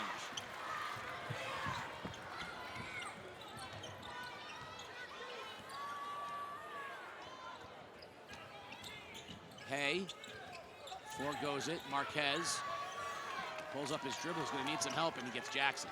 Good defense here. Good on-ball defense for the Lancers. Going out and getting everything. Peak Jump step, loses it. Blocked by O'Connell. Spellman, great job by Peak recovering. Hay for three, short. Peak is everywhere though. Good job on the hustle from the Wildcat big man. A sloppy play on both ends. NFA, Casey, with a chance here to tie this game up with a three-pointer. Mulkentine will drive, hang in the air, and score. Nolan Mulkentine.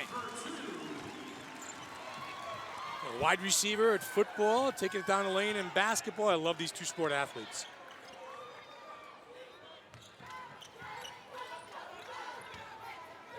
Spellman kicks out to O'Connell, who swings. Trying to free up Brennan. Drives, hangs, scoop. Oh, JJ smooth.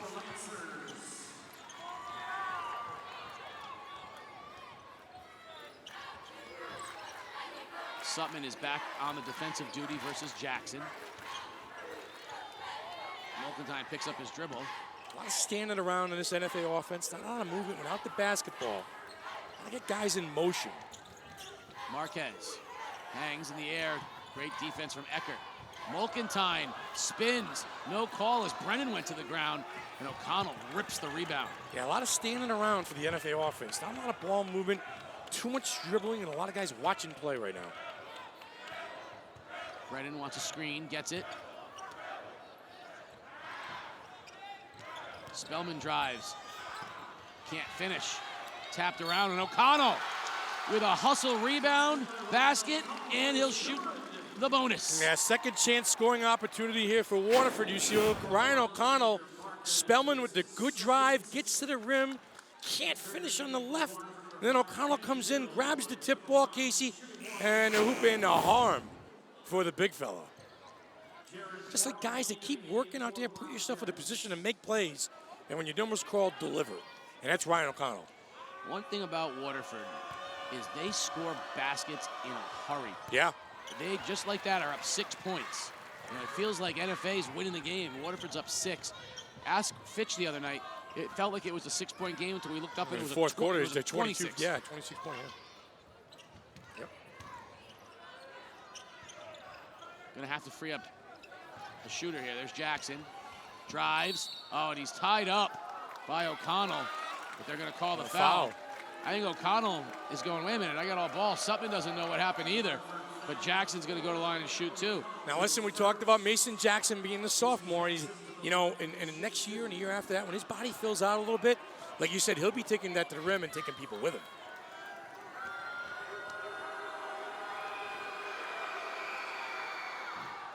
Mason Jackson,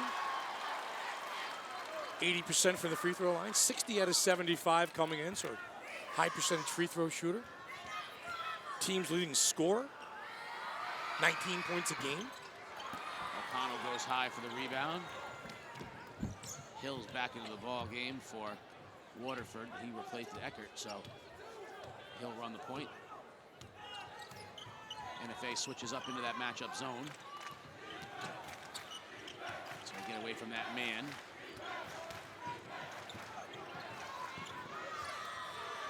Sutman can't knock down the three. Martin comes up with a rebound and off they go. Waterford back on D nicely. Martin stripped by Hill. Numbers, Sutman. Over the top of Jackson. Listen, NFA's got to start passing the basketball on the offensive end. It's tough to dribble through the pressure. You know, when you've got Kenny Hill and Brennan and some quick hands out there on D for Waterford. Move the basketball. Pass it. Too much standing around. Jackson gets a screen, hangs in the air, blocked. Nicely done. Coming the other way. Now Waterford up 7. NFA's got to be careful here. Baseline, O'Connell. Beautifully done by Jackson. O'Connell strips and he's going to go up and he's going to get a foul on Jackson. Ryan O'Connell with a little hustle play. Yeah, Ryan O'Connell and Spellman right now outworking the front line of the Wildcats. And you see O'Connell right here just kind of keep working, keep going back at it. He'll get the harm and be at the line for 2. And right now, the front line of Spellman, Sutman, and Ryan O'Connell outplaying NFA's front line.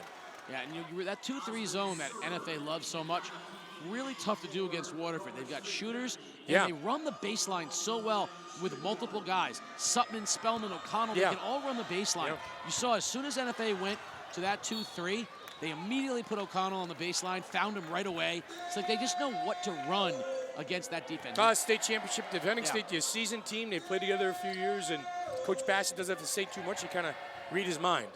Situational basketball.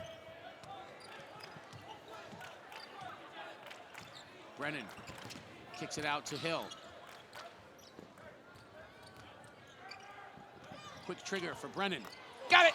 Boy, he can heat up in a hurry, and he can knock him down from way back. J.J. Brennan. Just like that, a 10-point Waterford lead. Quick rebound, Spellman, they're gonna run. Beautiful bounce pass, oh, but Sutman couldn't control it. The other way, Marquez, all the way to the basket, hangs, can't finish. Strong rebound, O'Connell. Suddenly there's a lid on the basket for NFA, and Waterford's up 10. Brennan, open again. Got it! JJ! Hey, and NFA wants a TO. Yeah, double figures for J.J. Brennan, 10 points. He's heating up, he's on fire. The senior, the catch and shoot, and you see the delivery from Kenny Hill, and no hesitation whatsoever. Pull a trigger, I got your number right there, three-pointer. Yeah, that's the thing, the recognition from Kenny Hill to know his guy is feeling it right now. You saw earlier in the game, the two got into a little back and forth about where the other one was supposed to be. Yeah, work things out. Yeah. I need you here, but but Hill knows this is my guy that fills it up. Got to get it out there. Let's get the senior guard running a break like that, and just like you said, knowing where his players are, knowing where he's got guys running the floor, getting to the rim, and he's got a shooter who's fading to the corner. Hit him, feed the machine. He's got the hot hand right now. Yeah, no real answers right now for NFA. They're working so hard to get good shots. They have not had a clean look from three in a while. Mason Jackson's the closest thing to it. Waterford on the verge of pulling away. A big trip here for the Cats, Casey.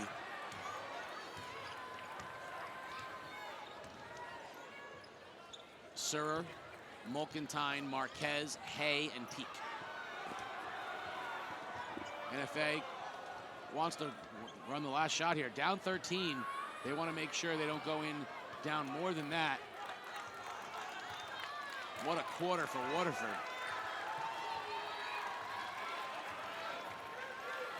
Marquez will have Hill defending him. Now they're going to move, 7 seconds. Spin, Marquez, kick, Hay, three ball, got it! Nick Hay at the buzzer. Brings NFA back to within 10. What a shot from Hay, right as time expired. Marquez spins, kicks to his shooter, and over the top of Sutman, knocks it down. Sports Doctors with head coach Bill Bassett. Well, Bill, 10-point lead heading into the locker room. You guys found the range in the second quarter from the three-point line a little bit. J.J. Brennan is one of the best sharpshooters I know, so I knew he missed a couple in the beginning, but he'll find his stroke. You held him to 20 points in the first half. Talk about the defensive effort. The defensive effort, we were having a problem rebounding the basketball in the first quarter. They were just out hustling us. We talked about it. I think my guys stepped up and responded. We're now rebounding a little better. All right, good luck in the second half, Thank you very Coach. much. Casey? Stockton, 10-point lead for the Waterford High School Lancers at halftime. Now, here at halftime, we will be giving out the Division 1 and 2 awards for the all-conference team for Division 1 and 2, as well as the sportsmanship awards for Division 1 and 2. In addition to that, the special awards given out. So tournament director Jim Bunicor will be at center court, and PA announcer Bill Glennie will take over as the all-conference teams for the ECC Division 1 and Division 2 will be presented here at halftime. Ladies and gentlemen, As at the this Lancers have a time, 10-point lead, Bill Glennie. ECC would like to present its division award winners. At center court, ECC Commissioner Mr. Gary McEwicky and basketball chairman Jim Bunicor will present the award winners with their awards. First, for Division 2, the first team All-Stars. Out of Killingley High School, Luke DeSaulnier. Out of Woodstock Academy, Chase Anderson. Out of Waterford High School, J.J. Brennan. Out of Waterford High School, Liam Spellman. And out of Fitch High School, Ajaya Brown. Your first team honorable mentions: out of Waterford High School, Peyton Sutman. Out of Fitch High School, Kiev Lucas. Out of Woodstock Academy, Cole Hackett. Out of Bacon Academy, Jordan Guerra. And out of Killingly High School, Shane Bigelow. Your Division II Scholar Athletes: out of Killingly High School, Chris Lackner. Out of Bacon Academy, Yanni Kotsafavis. Out of Woodstock Academy, Cole Hackett.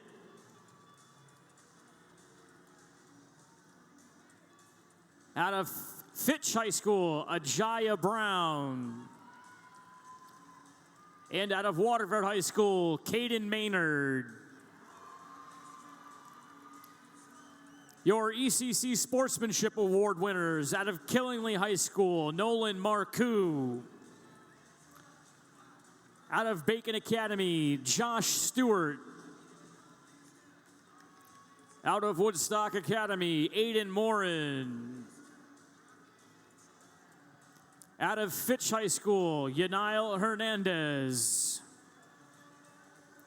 And out of Waterford High School, Dylan Eckhart. Ladies and gentlemen, your Division II All-Stars, Honorable Mention, Scholar Athlete, and Sportsmanship Award winners.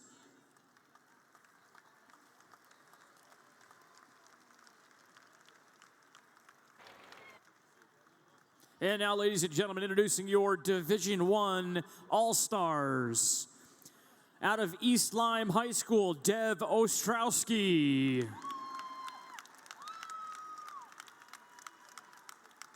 Out of Norwich Free Academy, Mason Jackson. Out of Ledyard High School, Ken Turner. Out of East Lyme High School, Luke Leonard. And out of New London, Noah James. Your honorable mention: out of NFA, Nick Hay. Out of NFA, Xavier Marquez. Out of New London High School, Tayshawn Cunningham Pemberton. Out of Ledyard High School, Seamus McGraw. And out of East Lyme, Nate Diaz. Your Scholar Athlete Award winners: out of East Lyme, Andrew Mengi. Out of NFA, Nick Hay.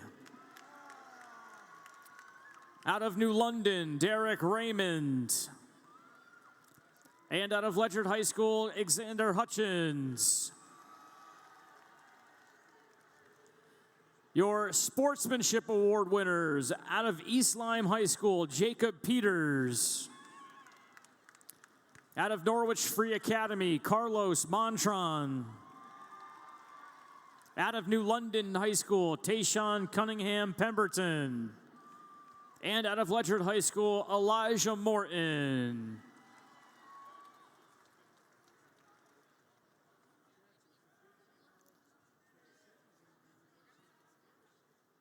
Ladies and gentlemen, your ECC First Team All-Stars, Honorable Mention, Scholar Athlete, and Sportsmanship Award winners.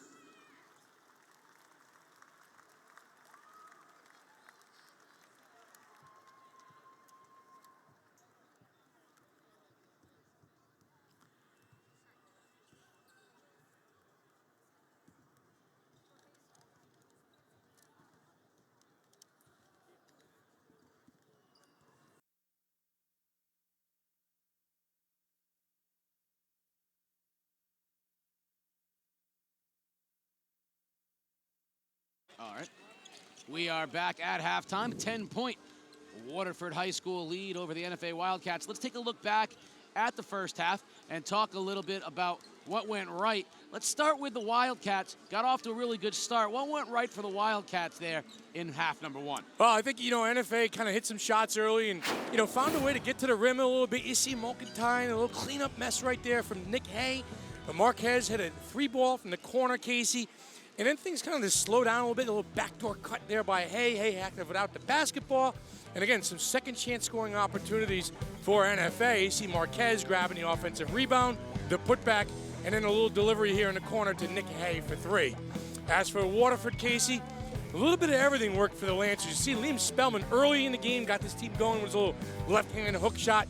The floater off the baseline by Peyton Sutton. And Kenny Hill started to get things cooking from the outside from this entire Lancer team.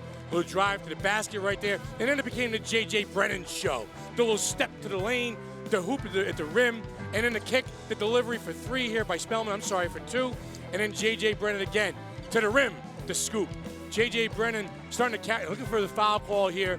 And again, they see Waterford on the break with Peyton Sutton. And there's the big 3-ball in the corner from Brennan. He started to get hot, and that was a big shot going to the end of the first half of the Lancers. And what was interesting was that in that highlight you saw 4 different Waterford players score the basketball. And that's really, I think, the difference between the two teams. NFA working so hard to try to get baskets, effortless for Waterford. Yeah, I mean, they've got 5 different guys that can score the basketball on the floor. But at NFA, they rely mostly on Hay and mostly on Mason Jackson. And when those 2 guys aren't delivering, who's going to pick it up? It's not really Peak. He's not really a scorer. Marquez a little bit, but a lot more options out there for the Lancers. So take a look forward into the second half now. You cut the lead to 10. Your head coach, Chris Giusti. Yeah. What is the message at halftime for your guys? Well, I got to move the basketball on offense. I got to spread the floor. I got to move the basketball. I got to find some scoring opportunities. Too stagnant on the offensive end for NFA right now. So I think just picking up the pace of the tempo and move the basketball. Now I'm going to take Coach Bill Bassett on the other side of things, and I'm going to tell his guys that they're going to come out with an extra bit of energy. You need to match that energy. It shouldn't be hard for Waterford, but then Waterford was sluggish in the first quarter today. Yeah. They were out of sync. Their energy in the second quarter matched that of NFA. So you got to say third quarter, they're going to come out up. You got to match that intensity to start the third quarter. Yeah, it's a great point. And again, Waterford, we usually see them run out, get out on the break, but we didn't see any transition baskets for the Lancers. They're going to look to run in the second half. NFA did a nice job getting back. They're going to have to keep that up. You got a big student section here for NFA. Yeah. You want to get them involved in this thing. You want them to be fired up. Waterford, on the other hand, doesn't need any reason to get fired up. Lancer Nation. This is like commonplace. Yeah, what's Liam Spellman going to say? This is like his ninth all-time biggest game or something like that. But listen, I think the first 4 minutes coming out of the locker room are tone-setting for both teams, for NFA and for Waterford. Well, I think moving forward here in the second half, the one thing that to be notice is that Gromko got those 3 early fouls. Yeah. He's their energy guy. He couldn't, now you got to get him back into the mix. And the question becomes, who for NFA can score the basketball? You just can't keep sending Marquez spin into the basket. You got to run some sets. I would try to get Jackson down, maybe down low for a basket. He's going to have to get active. He's going to have to find a way to score 20 points tonight, Casey, in order for this team to win. Nick Hay led NFA with 9 in the first half. Xavier Marquez, 4 rebounds and 3 assists for Waterford. J.J. Brennan got hot down the stretch. He led the team with 10. Liam Spellman with 9 rebounds, and Kenny Thrill Hill with 3 assists. We'll see what NFA comes out with defensively. They started in man. Will they go back to that 2-3? Will they go to the man? By the way, how good does it feel when the official turns? Are you guys ready? You guys are ready? Can we start the second half? I'm all right. You good? You good? I'm good. Second half. And we're going to get a little different look here from NFA, a little matchup. There's Spellman buries it from the elbow. And that's a set piece coming out of the locker room for Bill Bassett, Liam Spellman. He can knock down a mid-range jumper and delivers on cue. Gromko had Brennan on him. Marquez gets it up top, spins off of Hill, hangs in the air. Won't get it to go down, but there's Jackson, heads up, just in the right spot at the right time. Marquez has got a little personal war going on there with J.J. Brennan right now. Keep an eye on these two kids. It's going to be a tight matchup here in the second half. Good kick. Hill, though, doesn't want to shoot the three. Instead, he wants to shoot it a little bit closer. And Mulkentine outlets. Gromko ahead of everybody. Brennan steps in and can't quite get there. Gromko with the finish. And NFA with a little Lancer medicine. Yeah, a little run out that time by Gromko. Going off the miss. A little leak out that time and the finish at the rim. We get a little boxing one here, I think, on Brennan. Sutman gets an open look for three. No good. Jackson loses the rebound, though, as Spellman just out-hustles everybody. Spellman pulls up just inside the three-point line. Liam, lovely. Well, there you go, that mid-range jumper. That's his game, Casey. Catch and shoot in rhythm, knocking things down.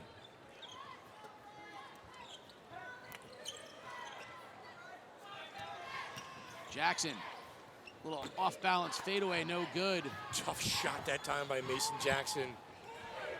Fading to his left, got to come back across his right and shoot. I'd like to see him get going in rhythm a little bit. Brennan off a double screen, loses it. Mulkentine comes up with a pat out of it. Numbers, Gromko, baseline.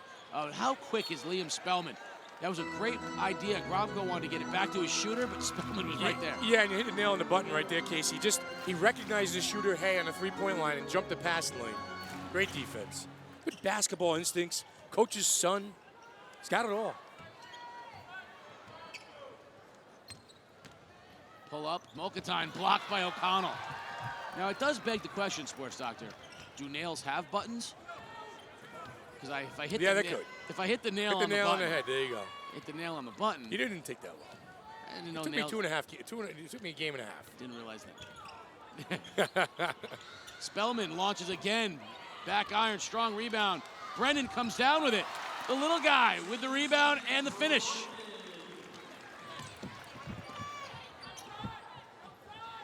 Back to a 12-point lead. Jackson drives. Zip.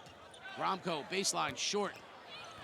And unfortunately, the Lancers couldn't corral it, and it will go back to NFA, and we're going to see Peak back into the ballgame as well as Serer. Peak is coming in for Jackson, and he is the leading scorer for NFA. So I don't know if he's in the doghouse a little bit or he's got to get a blow, but we're only 3 minutes into the second half. Yeah, look for Nick Hay to try to score the basketball now. Xavier Marquez, by the way, does not take breaks. No. No, he does not.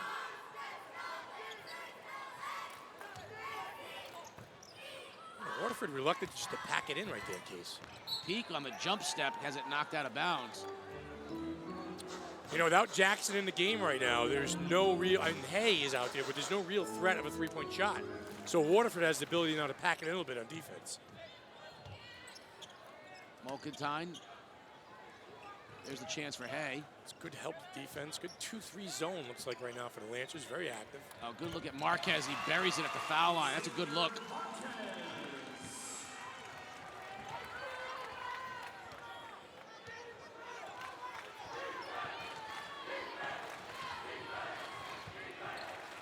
Sutman pulls it back up top to Hill.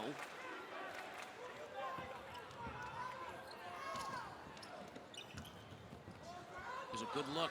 Sutman for three, short. Mulkentine clears. Watch out from behind. He gives it up ahead. Sir. Hay. NFA very deliberate now. Chance to cut it back to single digits. Mulkentine drives. Marquez drives, hangs, can't finish. Spellman with yet another rebound.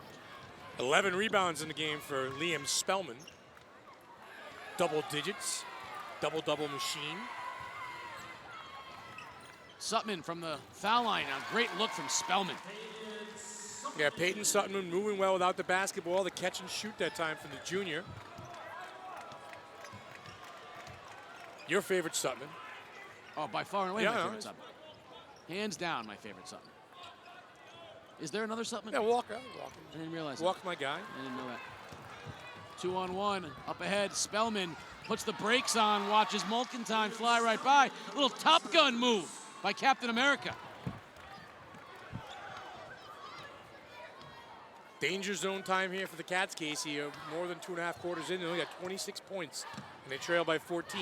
Now, was that an intentional Top Gun reference right there? Yeah, it was pretty good. Not bad. No, it was pretty good. I'm impressed. Yeah. Well, Kenny, anytime you can Well, danger zone, yeah. Anytime you can infuse Kenny Loggins, into the mix. Yeah. All right, sports doctor. All right. I had to make it for my mistakes. Straight a three, Marquez. Good. All right, and just what the doctor ordered there for the Wildcats is they're going to call a timeout, set things up, and get Jackson back in the game. But Marquez, the rise up and the delivery on the three, and they desperately needed that shot. He said, "You're going to give me that much space. I'm going to knock it down." That's a big look. Well, NBN, nothing but nylon that time for Marquez. You know, Waterford, right now NFA's fighting to try to cut into this Waterford lead. You feel like at any moment Waterford's ready for another 7-0 run. This thing, look up and it's 20 points. Kind of feels like they're fighting themselves a little bit, and they're fighting Waterford and they're fighting themselves. I mean, again, you're having your star player who averages about 19 points a game into the mix. So right now, if you're wondering, well, man, I'd really like to know what Coach Bill Bassett is telling his group. Well, the good news is you can.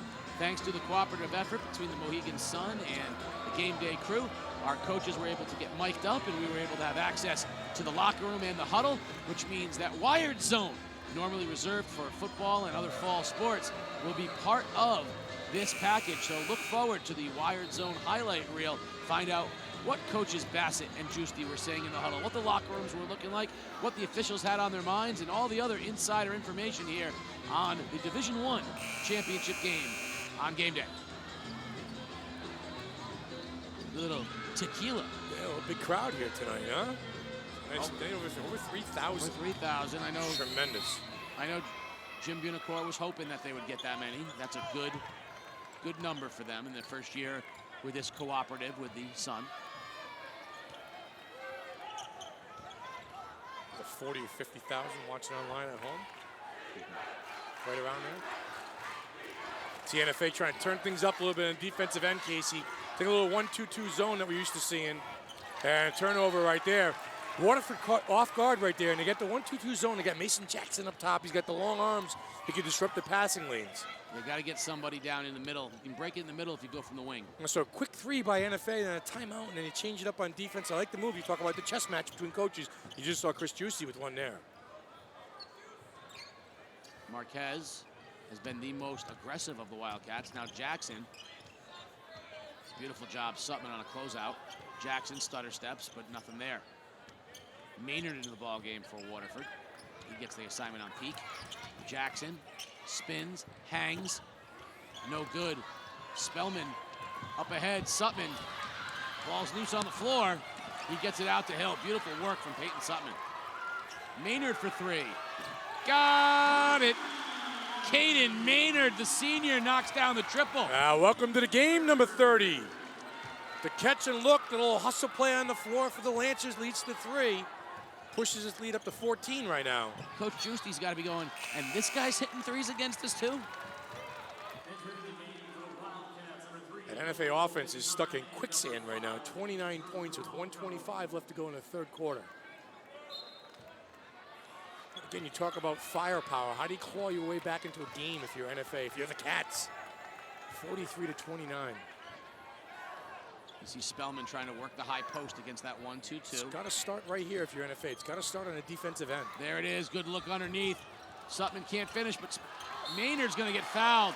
Weak side. That's the one danger.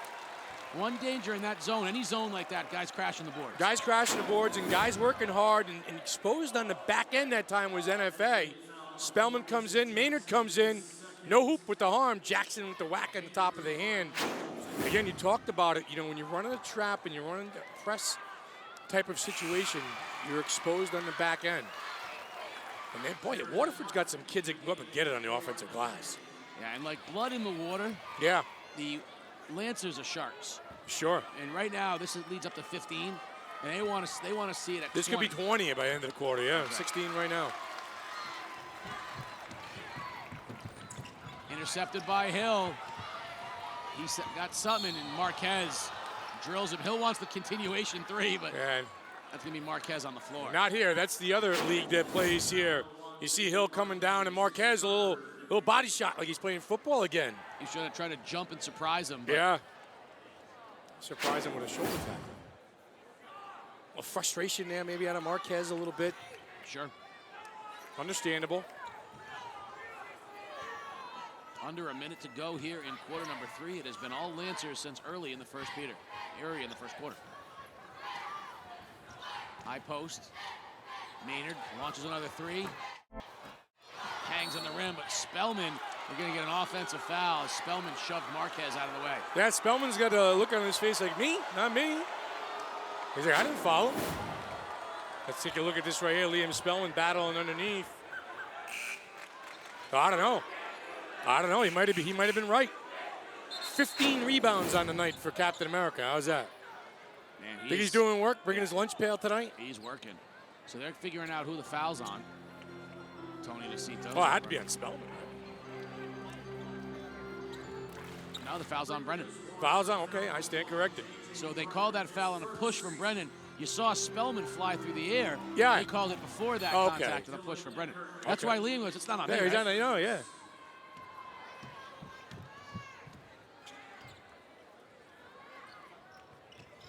Martin with the basketball, sophomore for the Wildcats. Spins on Maynard. Bromko, pump fake, back out Martin. Open look for 3. Good! Boy, you gotta have that shot there, huh? What a big-time shot by the sophomore Jared Martin. The other way, Brennan hangs in the air, no good. Martin with the rebound, NFA's looking to run. Oh, late look to Marquez, hangs in the air, and it doesn't go down. It's a big miss right there.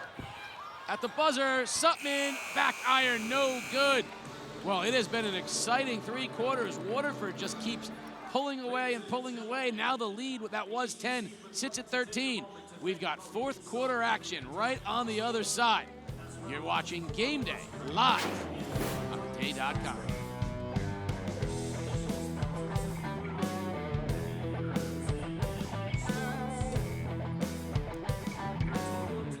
It's always stayed with me, right on through all the different ranks that I held in the police department. There are about 1,000 unsolved murders in Connecticut. And our department really wanted to solve this. Case Unsolved, a new podcast from the newsroom at The Day, tells the stories of unsolved murders in Connecticut and the family, friends, and law enforcement left without resolution. Listen at caseunsolvedpodcast.com or your favorite podcast app.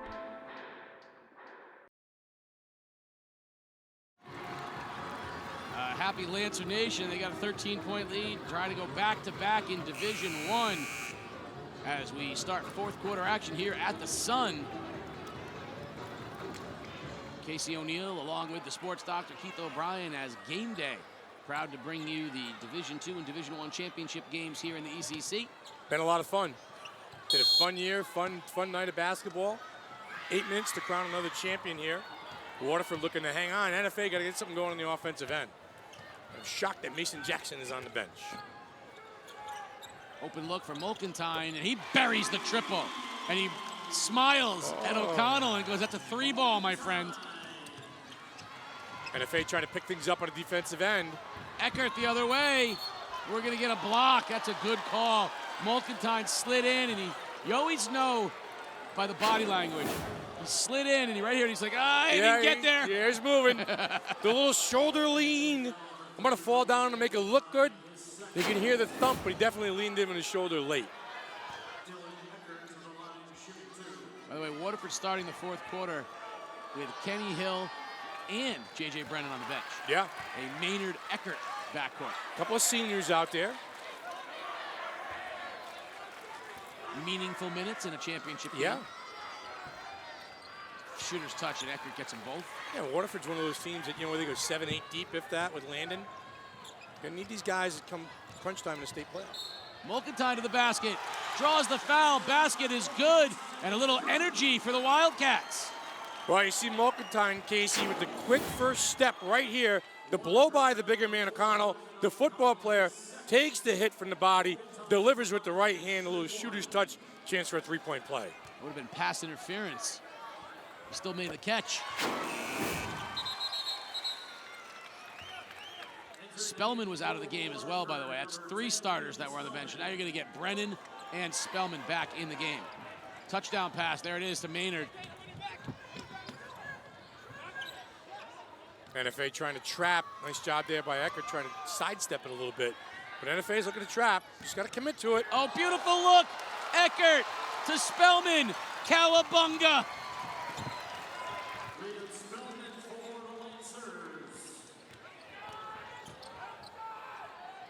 Open look from Marquez, no good.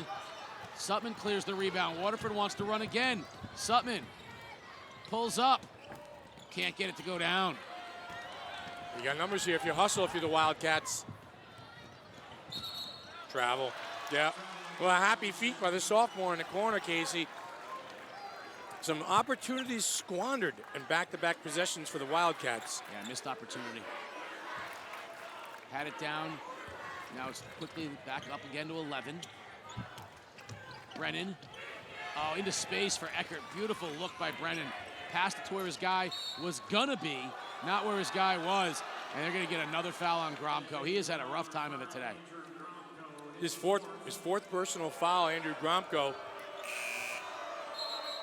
And again, we are 6:42 left to go in the game, and NFA trails by 11, and their leading scorer remains on the bench.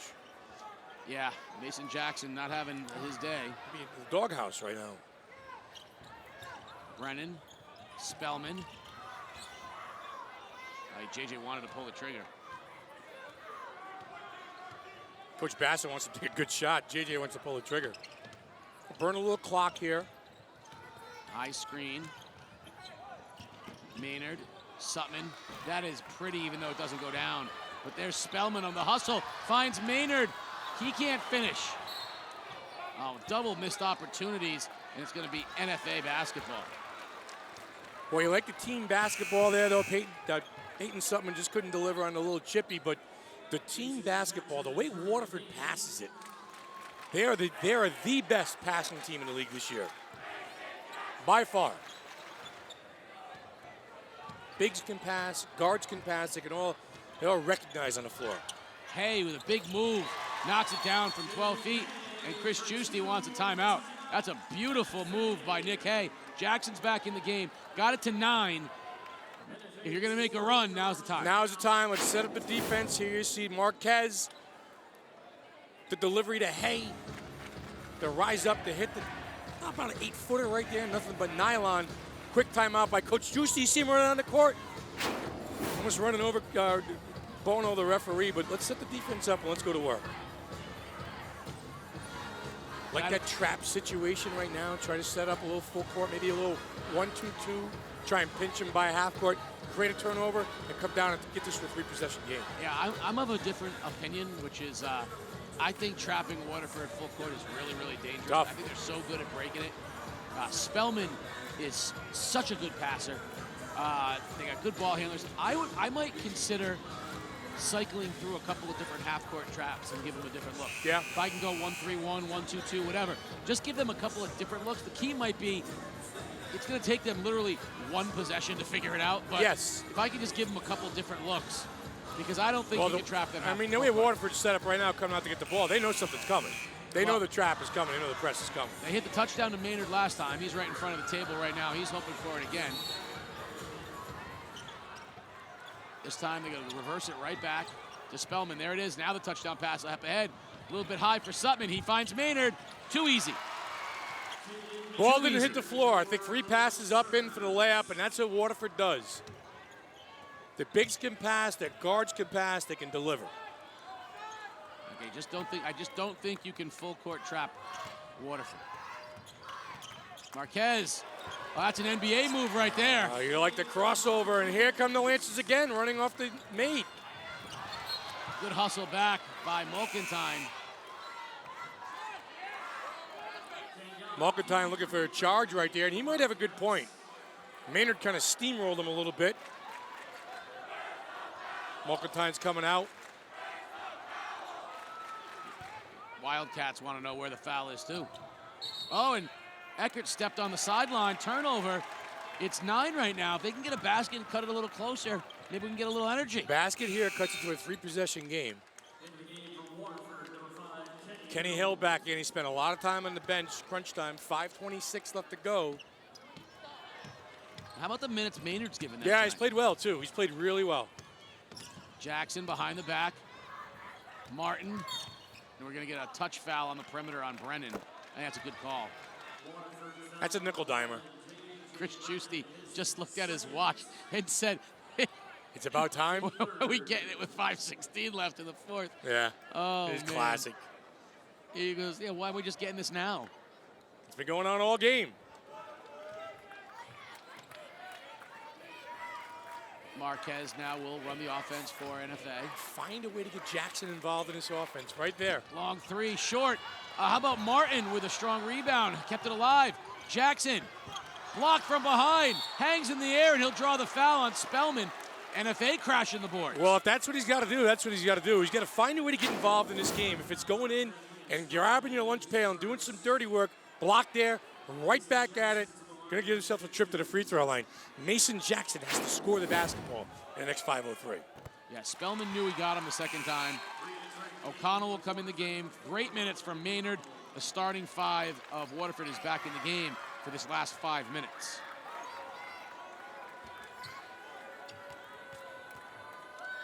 Talk about Jackson shooting 80% for the line.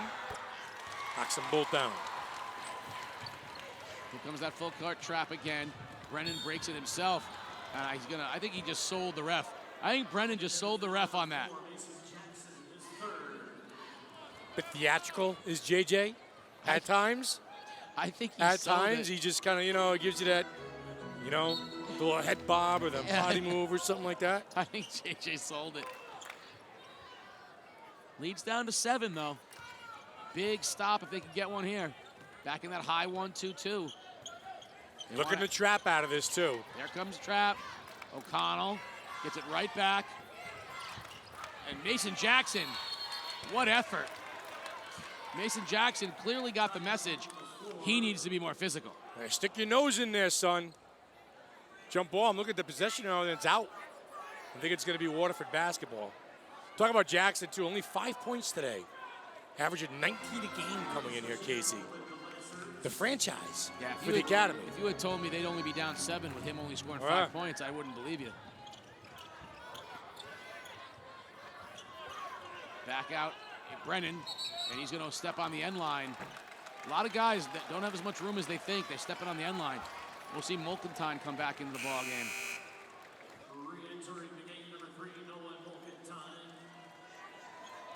Big possession here for the Wildcats. Man, if they could hit it. Boy, they have hung around, hanging around.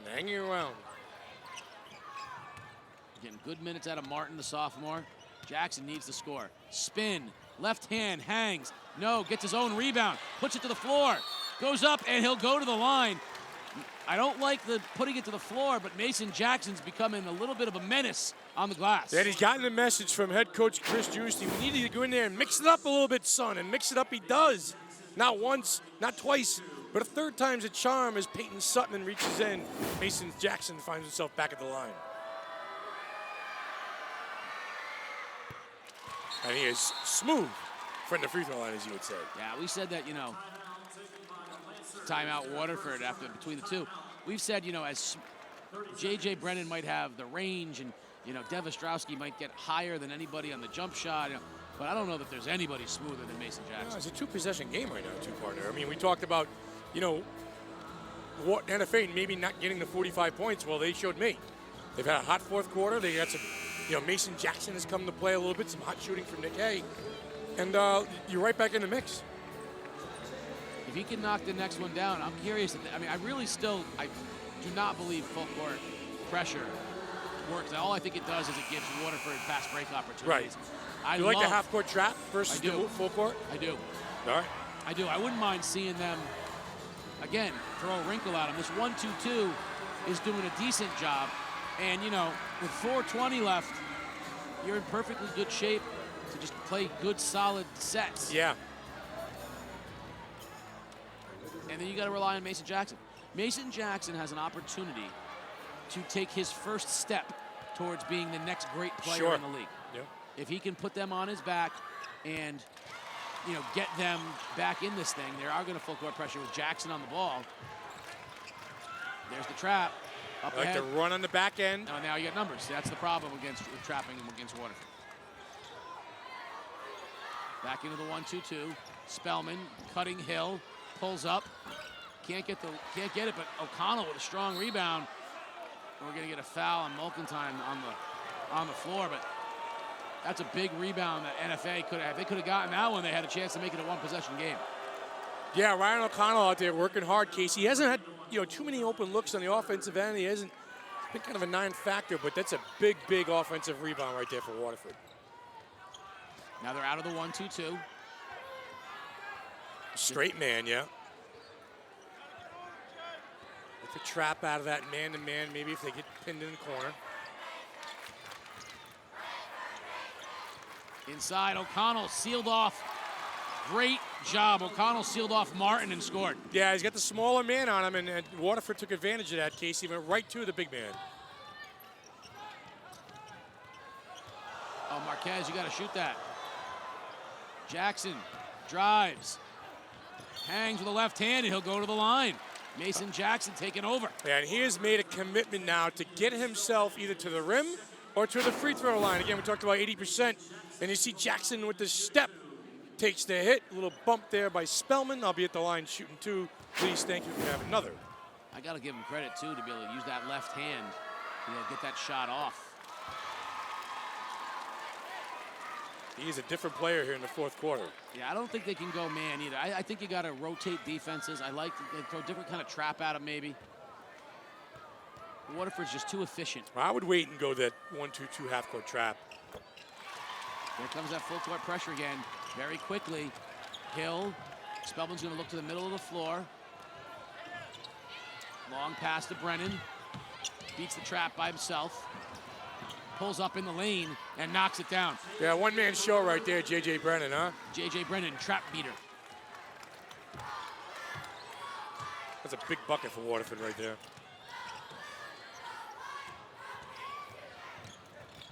Mulkentine blocked out of bounds by O'Connell.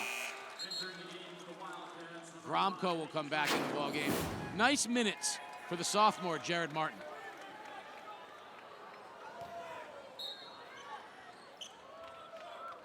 They will inbound. Waterford's been keeping it at 7. Jackson. There's Mulkentine for 3. Got it! Nolan Mulkentine knocks down the 3. They got Hill trapped. Long pass to Sutman. Waterford breaks it. Here's another trap. Spellman to a cutting Brennan. It's just too easy for the Lancers. J.J. Brennan knows how to move without the basketball, and Liam Spellman delivering the goods. What a huge bucket for the Lancers. Jackson with a long 3. Short. Hey, beautiful rebound. Mulkentine, another 3. Oh, Nolan! We got ourselves a one-possession game. Brennan, the other direction, offensive charge, and who took it? Nolan Mulkentine. And the Wildcats are in the house. You're going to watch Brennan go to the hole right here. Mulkentine says, I got you. Maybe slipping a little, but took the contact, and we got ourselves a one-possession game. One-possession game, and the Wildcats are fired up. Student section loves it, too. They want the pizza. I'll tell you what, going into the fourth quarter, if you had told me that this was going to be a 3-point game or a 30-point game, I would have picked a 30-point game. Yeah, what took you so long, NFA? For real. And that's with them doing one thing I don't like. I still don't like the full court trap. I don't know how many layups you need to give before you realize you shouldn't full court trap. Trap in the half court, play that 1-2-2. I mean, you want to go into something else? His star players showed up a little bit in the fourth quarter, too. You know, Mason Jackson, which really helps. And how about the fourth quarter that Nolan Mulkentine is having here, Casey? Back-to-back triples for number 3, the junior. Coach Giusti talking things over. There he is. No picture of the sports doctor tonight for the NFA faithful, huh? They did what, what I've been wanting people to do for quite a while, which is not allow pictures of you into any arena. I don't understand that. I mean, there's love for the sports doctor. There's love all over the ECC. You're handsome enough on your own. We don't need copies of you. I'm going to give these guys a special shout out, though. It's been a great tribute all year long. It really has been. You know, a couple of things. This game turned around when Nolan Mulkentine decided that he was going to shoot the three, but also when Mason Jackson made a concerted decision that he was going to get to the basket. Get to the rim. Let's see if they run it for him again. He comes off a triple screen, shoots a three, short. Why go back to the threes, Mason? Get to the basket. Rim. Yeah. Let Mulkentine shoot the three. Don't love the line, Mason. Back to the 1-2-2. Tip ball. Marquez gets to it first, but Sutton recovers, and Mulkentine intercepts. Gromko comes down with it, and he's going to get fouled. What a turn of events here at the Sun. Fantastic action on both ends of the floor. Look at Mulkentine jumping the passing lane. Gromko with a little bit of a push by Ryan O'Connell. I'll get to the line. A little bit of a sell job there, too. What did we have the other night? The Academy Awards, the Oscars? Right. How's that for an award? In fairness, Gromko's had every bad foul called on him he tonight. deserved that one. He said, I need one coming the other way. A little sell job. Get the supporting actor award tonight from Gromko. A little flop. It's all right. Boy, what a ball game, huh? So it's turned into one huge free throw for Gromko. Back iron, no good. That was a missed opportunity that time for NFA.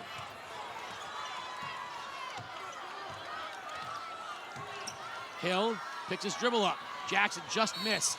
Now he's going to foul Brennan. Problem with that is that kid don't miss much. Yeah, there's going to be a one-on-one situation. It'll be the 17th foul on NFA, so Brennan will go to the line. I would, Senior, you got to try to foul O'Connell, even Spellman. But you don't want to foul Brennan. Foul Brennan, don't foul Sutton, and don't foul Kenny Hill.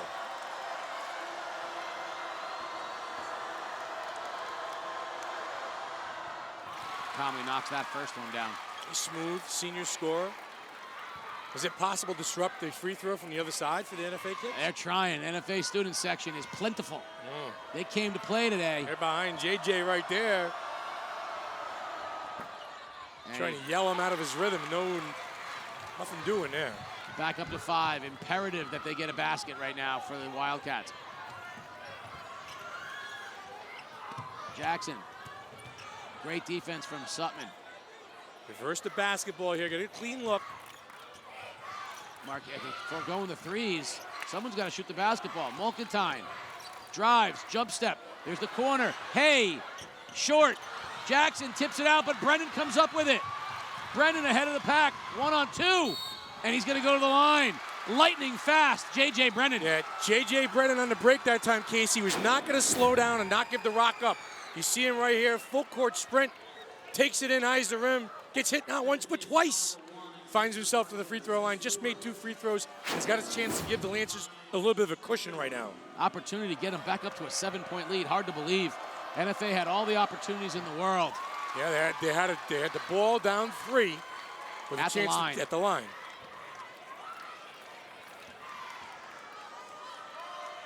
And Brennan, of course, just he didn't hit the rim. Back up to a 7-point lead, under a minute. J.J. Brennan with 20 points, just like that, to lead the way for the Lancers. Marquez. Mulkentine, 3, I think he got a piece of it. Marquez comes up with it. Give up the basketball, swing it. Gromko for 3. No, and he banks it in.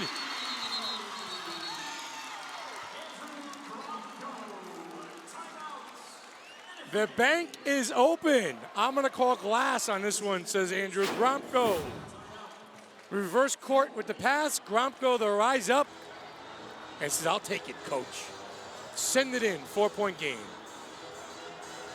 I really like that he shot it, because a lot of these kids, you know what, guys? NFA. I love the fact that 45 years from now, your grandchildren are going to be able to look at that and say, Grandpa, why'd you have an F spray painted on your chest?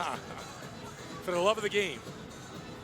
I can see you as a face No, painter. never once in my life. I can see you as No, a face never painter. once. You got to support the team. Never once. Never a face painter, and I was never a fanatic fan or anything like that. It's not my, I may have worn a cape to a baseball game one time. But, yeah, I did. I actually did. You wore a cape? Cape to a baseball game. I don't care where you wore it to. I wore a cape. You wore a cape. Young kid. It was Were you Batman? When you say young kid, how old? 30, 31. Ah, so I was going to say, under the age of 10, you can. You don't even need a reason to wear a cape. Young kid. I was 31. All right, Waterford will inbound, up 4. NFA is going to try pressure. Spellman's so good. Watch for the run out on the back end. Spellman works the baseline, gets it to Brennan, and off to the races he goes. He pulls it out. They're going to make it. He's going to make him foul him. Oh, good look, but Sutton missed the bunny. And Brennan comes down with it. It's loose on the floor. Timeout, Waterford. Wow, J.J. Brennan hitting the floor, hitting the skids, 50-50 balls. He's a little shaken up, but he earned possession and calls timeout with 19.5 seconds left to go. You tell me that kid don't want it? That's scrum. And that ball was on the floor.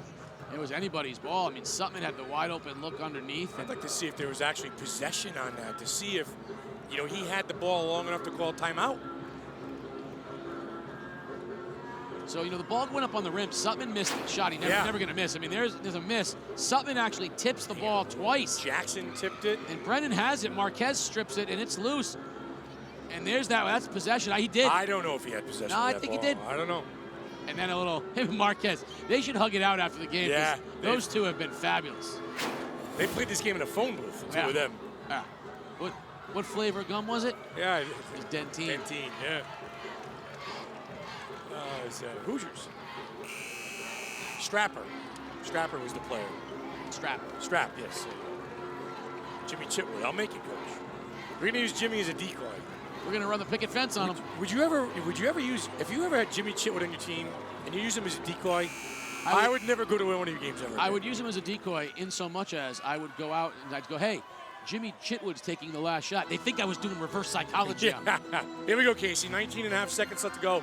Waterford needs a quick trap turnover. If not, you're going to foul. NFA does. If not, put Waterford to the line. Someone other than Brennan. You can't let him get the ball. Jackson knocks it out of bounds. You cannot let Brennan get the ball. Literally anyone on the floor. They got very good free throw shooters on the floor right now, but anybody other than Brennan needs to take them. Well, now Brennan's going to inbound the basketball, and I don't get that here. Choose who you want to shoot him and let him inbound it. Spellman instead on a set play layup. And that right there is why they are champions. Jackson bombs away, 3-ball, and he's going to shoot him. Sutton says, I didn't touch him. He's incredulous.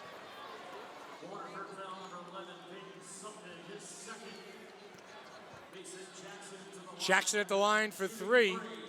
If he can make all 3. It'll be a one-possession game. One-possession game. Let's see if Sutton is saying, I didn't touch him. Maybe a little touch on the wrist. He was like, no, I didn't get a piece of him. Now, I have a wacky one for you. How about making the first 2, missing the next one on purpose, and see if you can get a rebound? Could do that. Really? Could do that. If you make it a 3-point game, they're shooting 2. Yeah. And all you got to do is make 1. Yeah. You try maybe missing the back iron and see if you can get a rebound. All right, so you're trying to say miss now, try and get the rebound. Then you can make it. Then you can make it a single possession. Get like a 2-point game. Then the foul might help you. A lot of intangibles. Well, you're gonna have to. You only got 9 seconds left. What good does it do here? You got to get a steal. You're not gonna steal. He goes to Brennan. You foul him. Now he makes 2. I'll see if JJ can ice it right now for the Lancers, Casey. Fun night. Waterford looking to repeat. 5 fouls on Marquez. What a game Marquez played. He never left, never got off the court. So we saw 3 consecutive championships from St. Bernard's. Waterford looking for back-to-backs, and that would give 5 championships from the 2 teams. Marquez has to come out of the game. Martin will check in for him. Jared Martin, the sophomore, did a great job earlier tonight. J.J. Brennan. It's still a 1-and-1. The 9th foul, huge one here. And he knocks it down and doesn't hit the rim.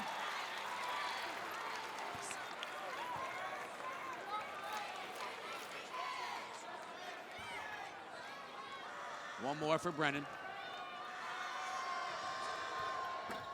Got them both. Huge free throws from J.J. Brennan. Puts the lead back up to 5. Long three, Mokutai no good. Sutman will rebound it, and they'll let the clock run out. And the Waterford High School Lancers are back-to-back Division I champions of the ECC with a 65-60 win over the NFA Wildcats. Hard-fought victory. Liam Spellman and the rest of the Lancers have done it again, returning to the scene of their state championship win last year.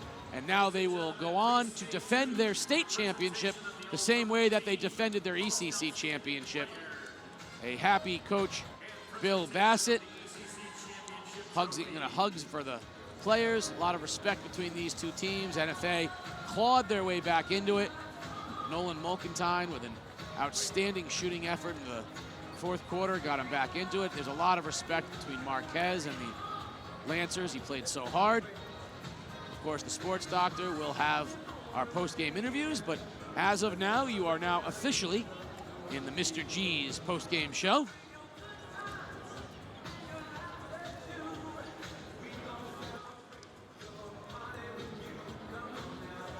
Welcome to the Mr. G's post-game show, brought to you by Mr. G's Restaurant and Bar. New London sports headquarters for over 50 years. They're now offering online ordering and delivery through Uber Eats. So the Mr. G's halftime show, also sponsors of the Sports Doctor's post-game interviews. And after the awards, he will have Bill Bassett and the Lancers. But first, we'll turn it over to PA announcer Bill Glennie, who will have the all-conference team for the Division I championship, as well as the tournament's outstanding player. We'd like to announce the all-tournament team. At center court, Mr. Jim Bunicor, the ECC basketball chairman. From NFA, Xavier Marquez.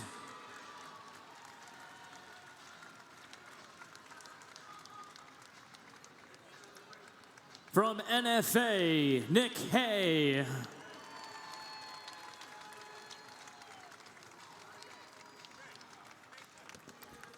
Out of Waterford, Ryan O'Connell.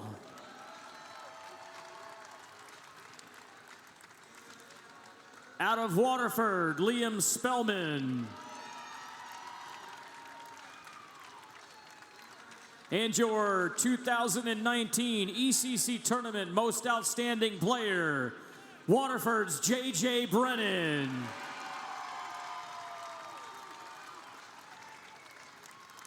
Congratulations, J.J. Brennan, Tournament Most Outstanding Player.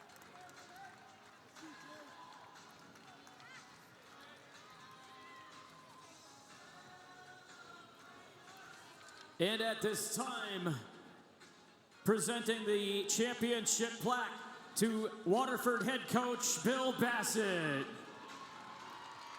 And a nice move, he brings out the captain, Liam Spellman, with him. And now Waterford will go on. Ladies and gentlemen, on behalf of the Eastern Connecticut Conference and Mohegan Sun, thank you for coming out tonight and making tonight a success.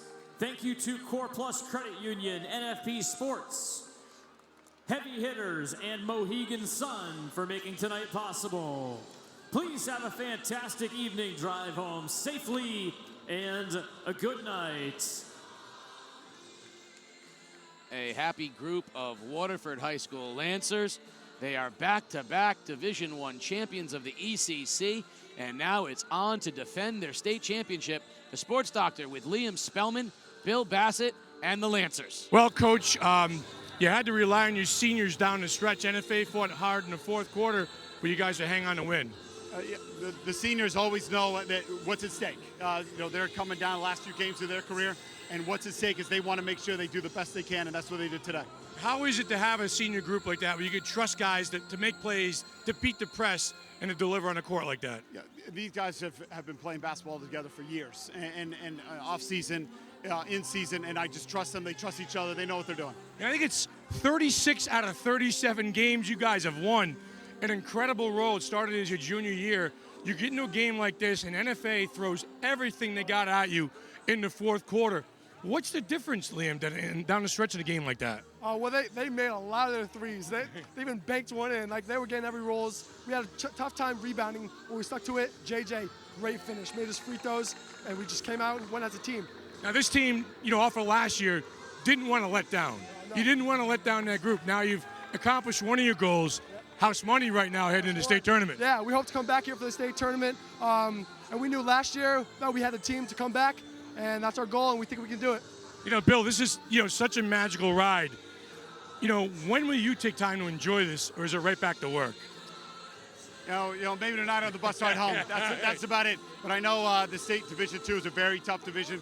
We got to be ready for the next task in hand, state title. This doesn't ever get old, does it? Never gets old. Playing the Mohegan Sun, the floor is great. The environment's great. It's a great place to play. Well, Casey, I'm going to say this line. I'm going to use it all night. What's better than one trip to the Mohegan Sun? How about two? Waterford Lancers back on top. ECC champs, guys. Good luck in the state tournament. Thank you very much. Thank you, Sports Doctor. Well, it was an exciting day of basketball at the Mohegan Sun. Congratulations to the St. Bernard Saints for their third consecutive ECC Division II championship, and to the Waterford Lancers for their second consecutive ECC Division I championship. Nolan Mulcantine's 13 points led the way for NFA, but it was no match for J.J. Brennan's 22 and the 16 rebounds from that man, Liam Spellman. All throughout the year, Game Day has been brought to you by the great Peter Wappy, Mike DeMoro, and all the crew for the Sports Doctor Keith O'Brien. We want to say thank you to the Mohegan Sun for all their work tonight, and look forward to upcoming Game Day broadcasts as our girls and boys teams head into the state tournament. But for one final time, congratulations to the Waterford Lancers on their victory today in the ECC Division I final. And for everybody from the Mohegan Sun and from Game Day, thank you and good night, everybody.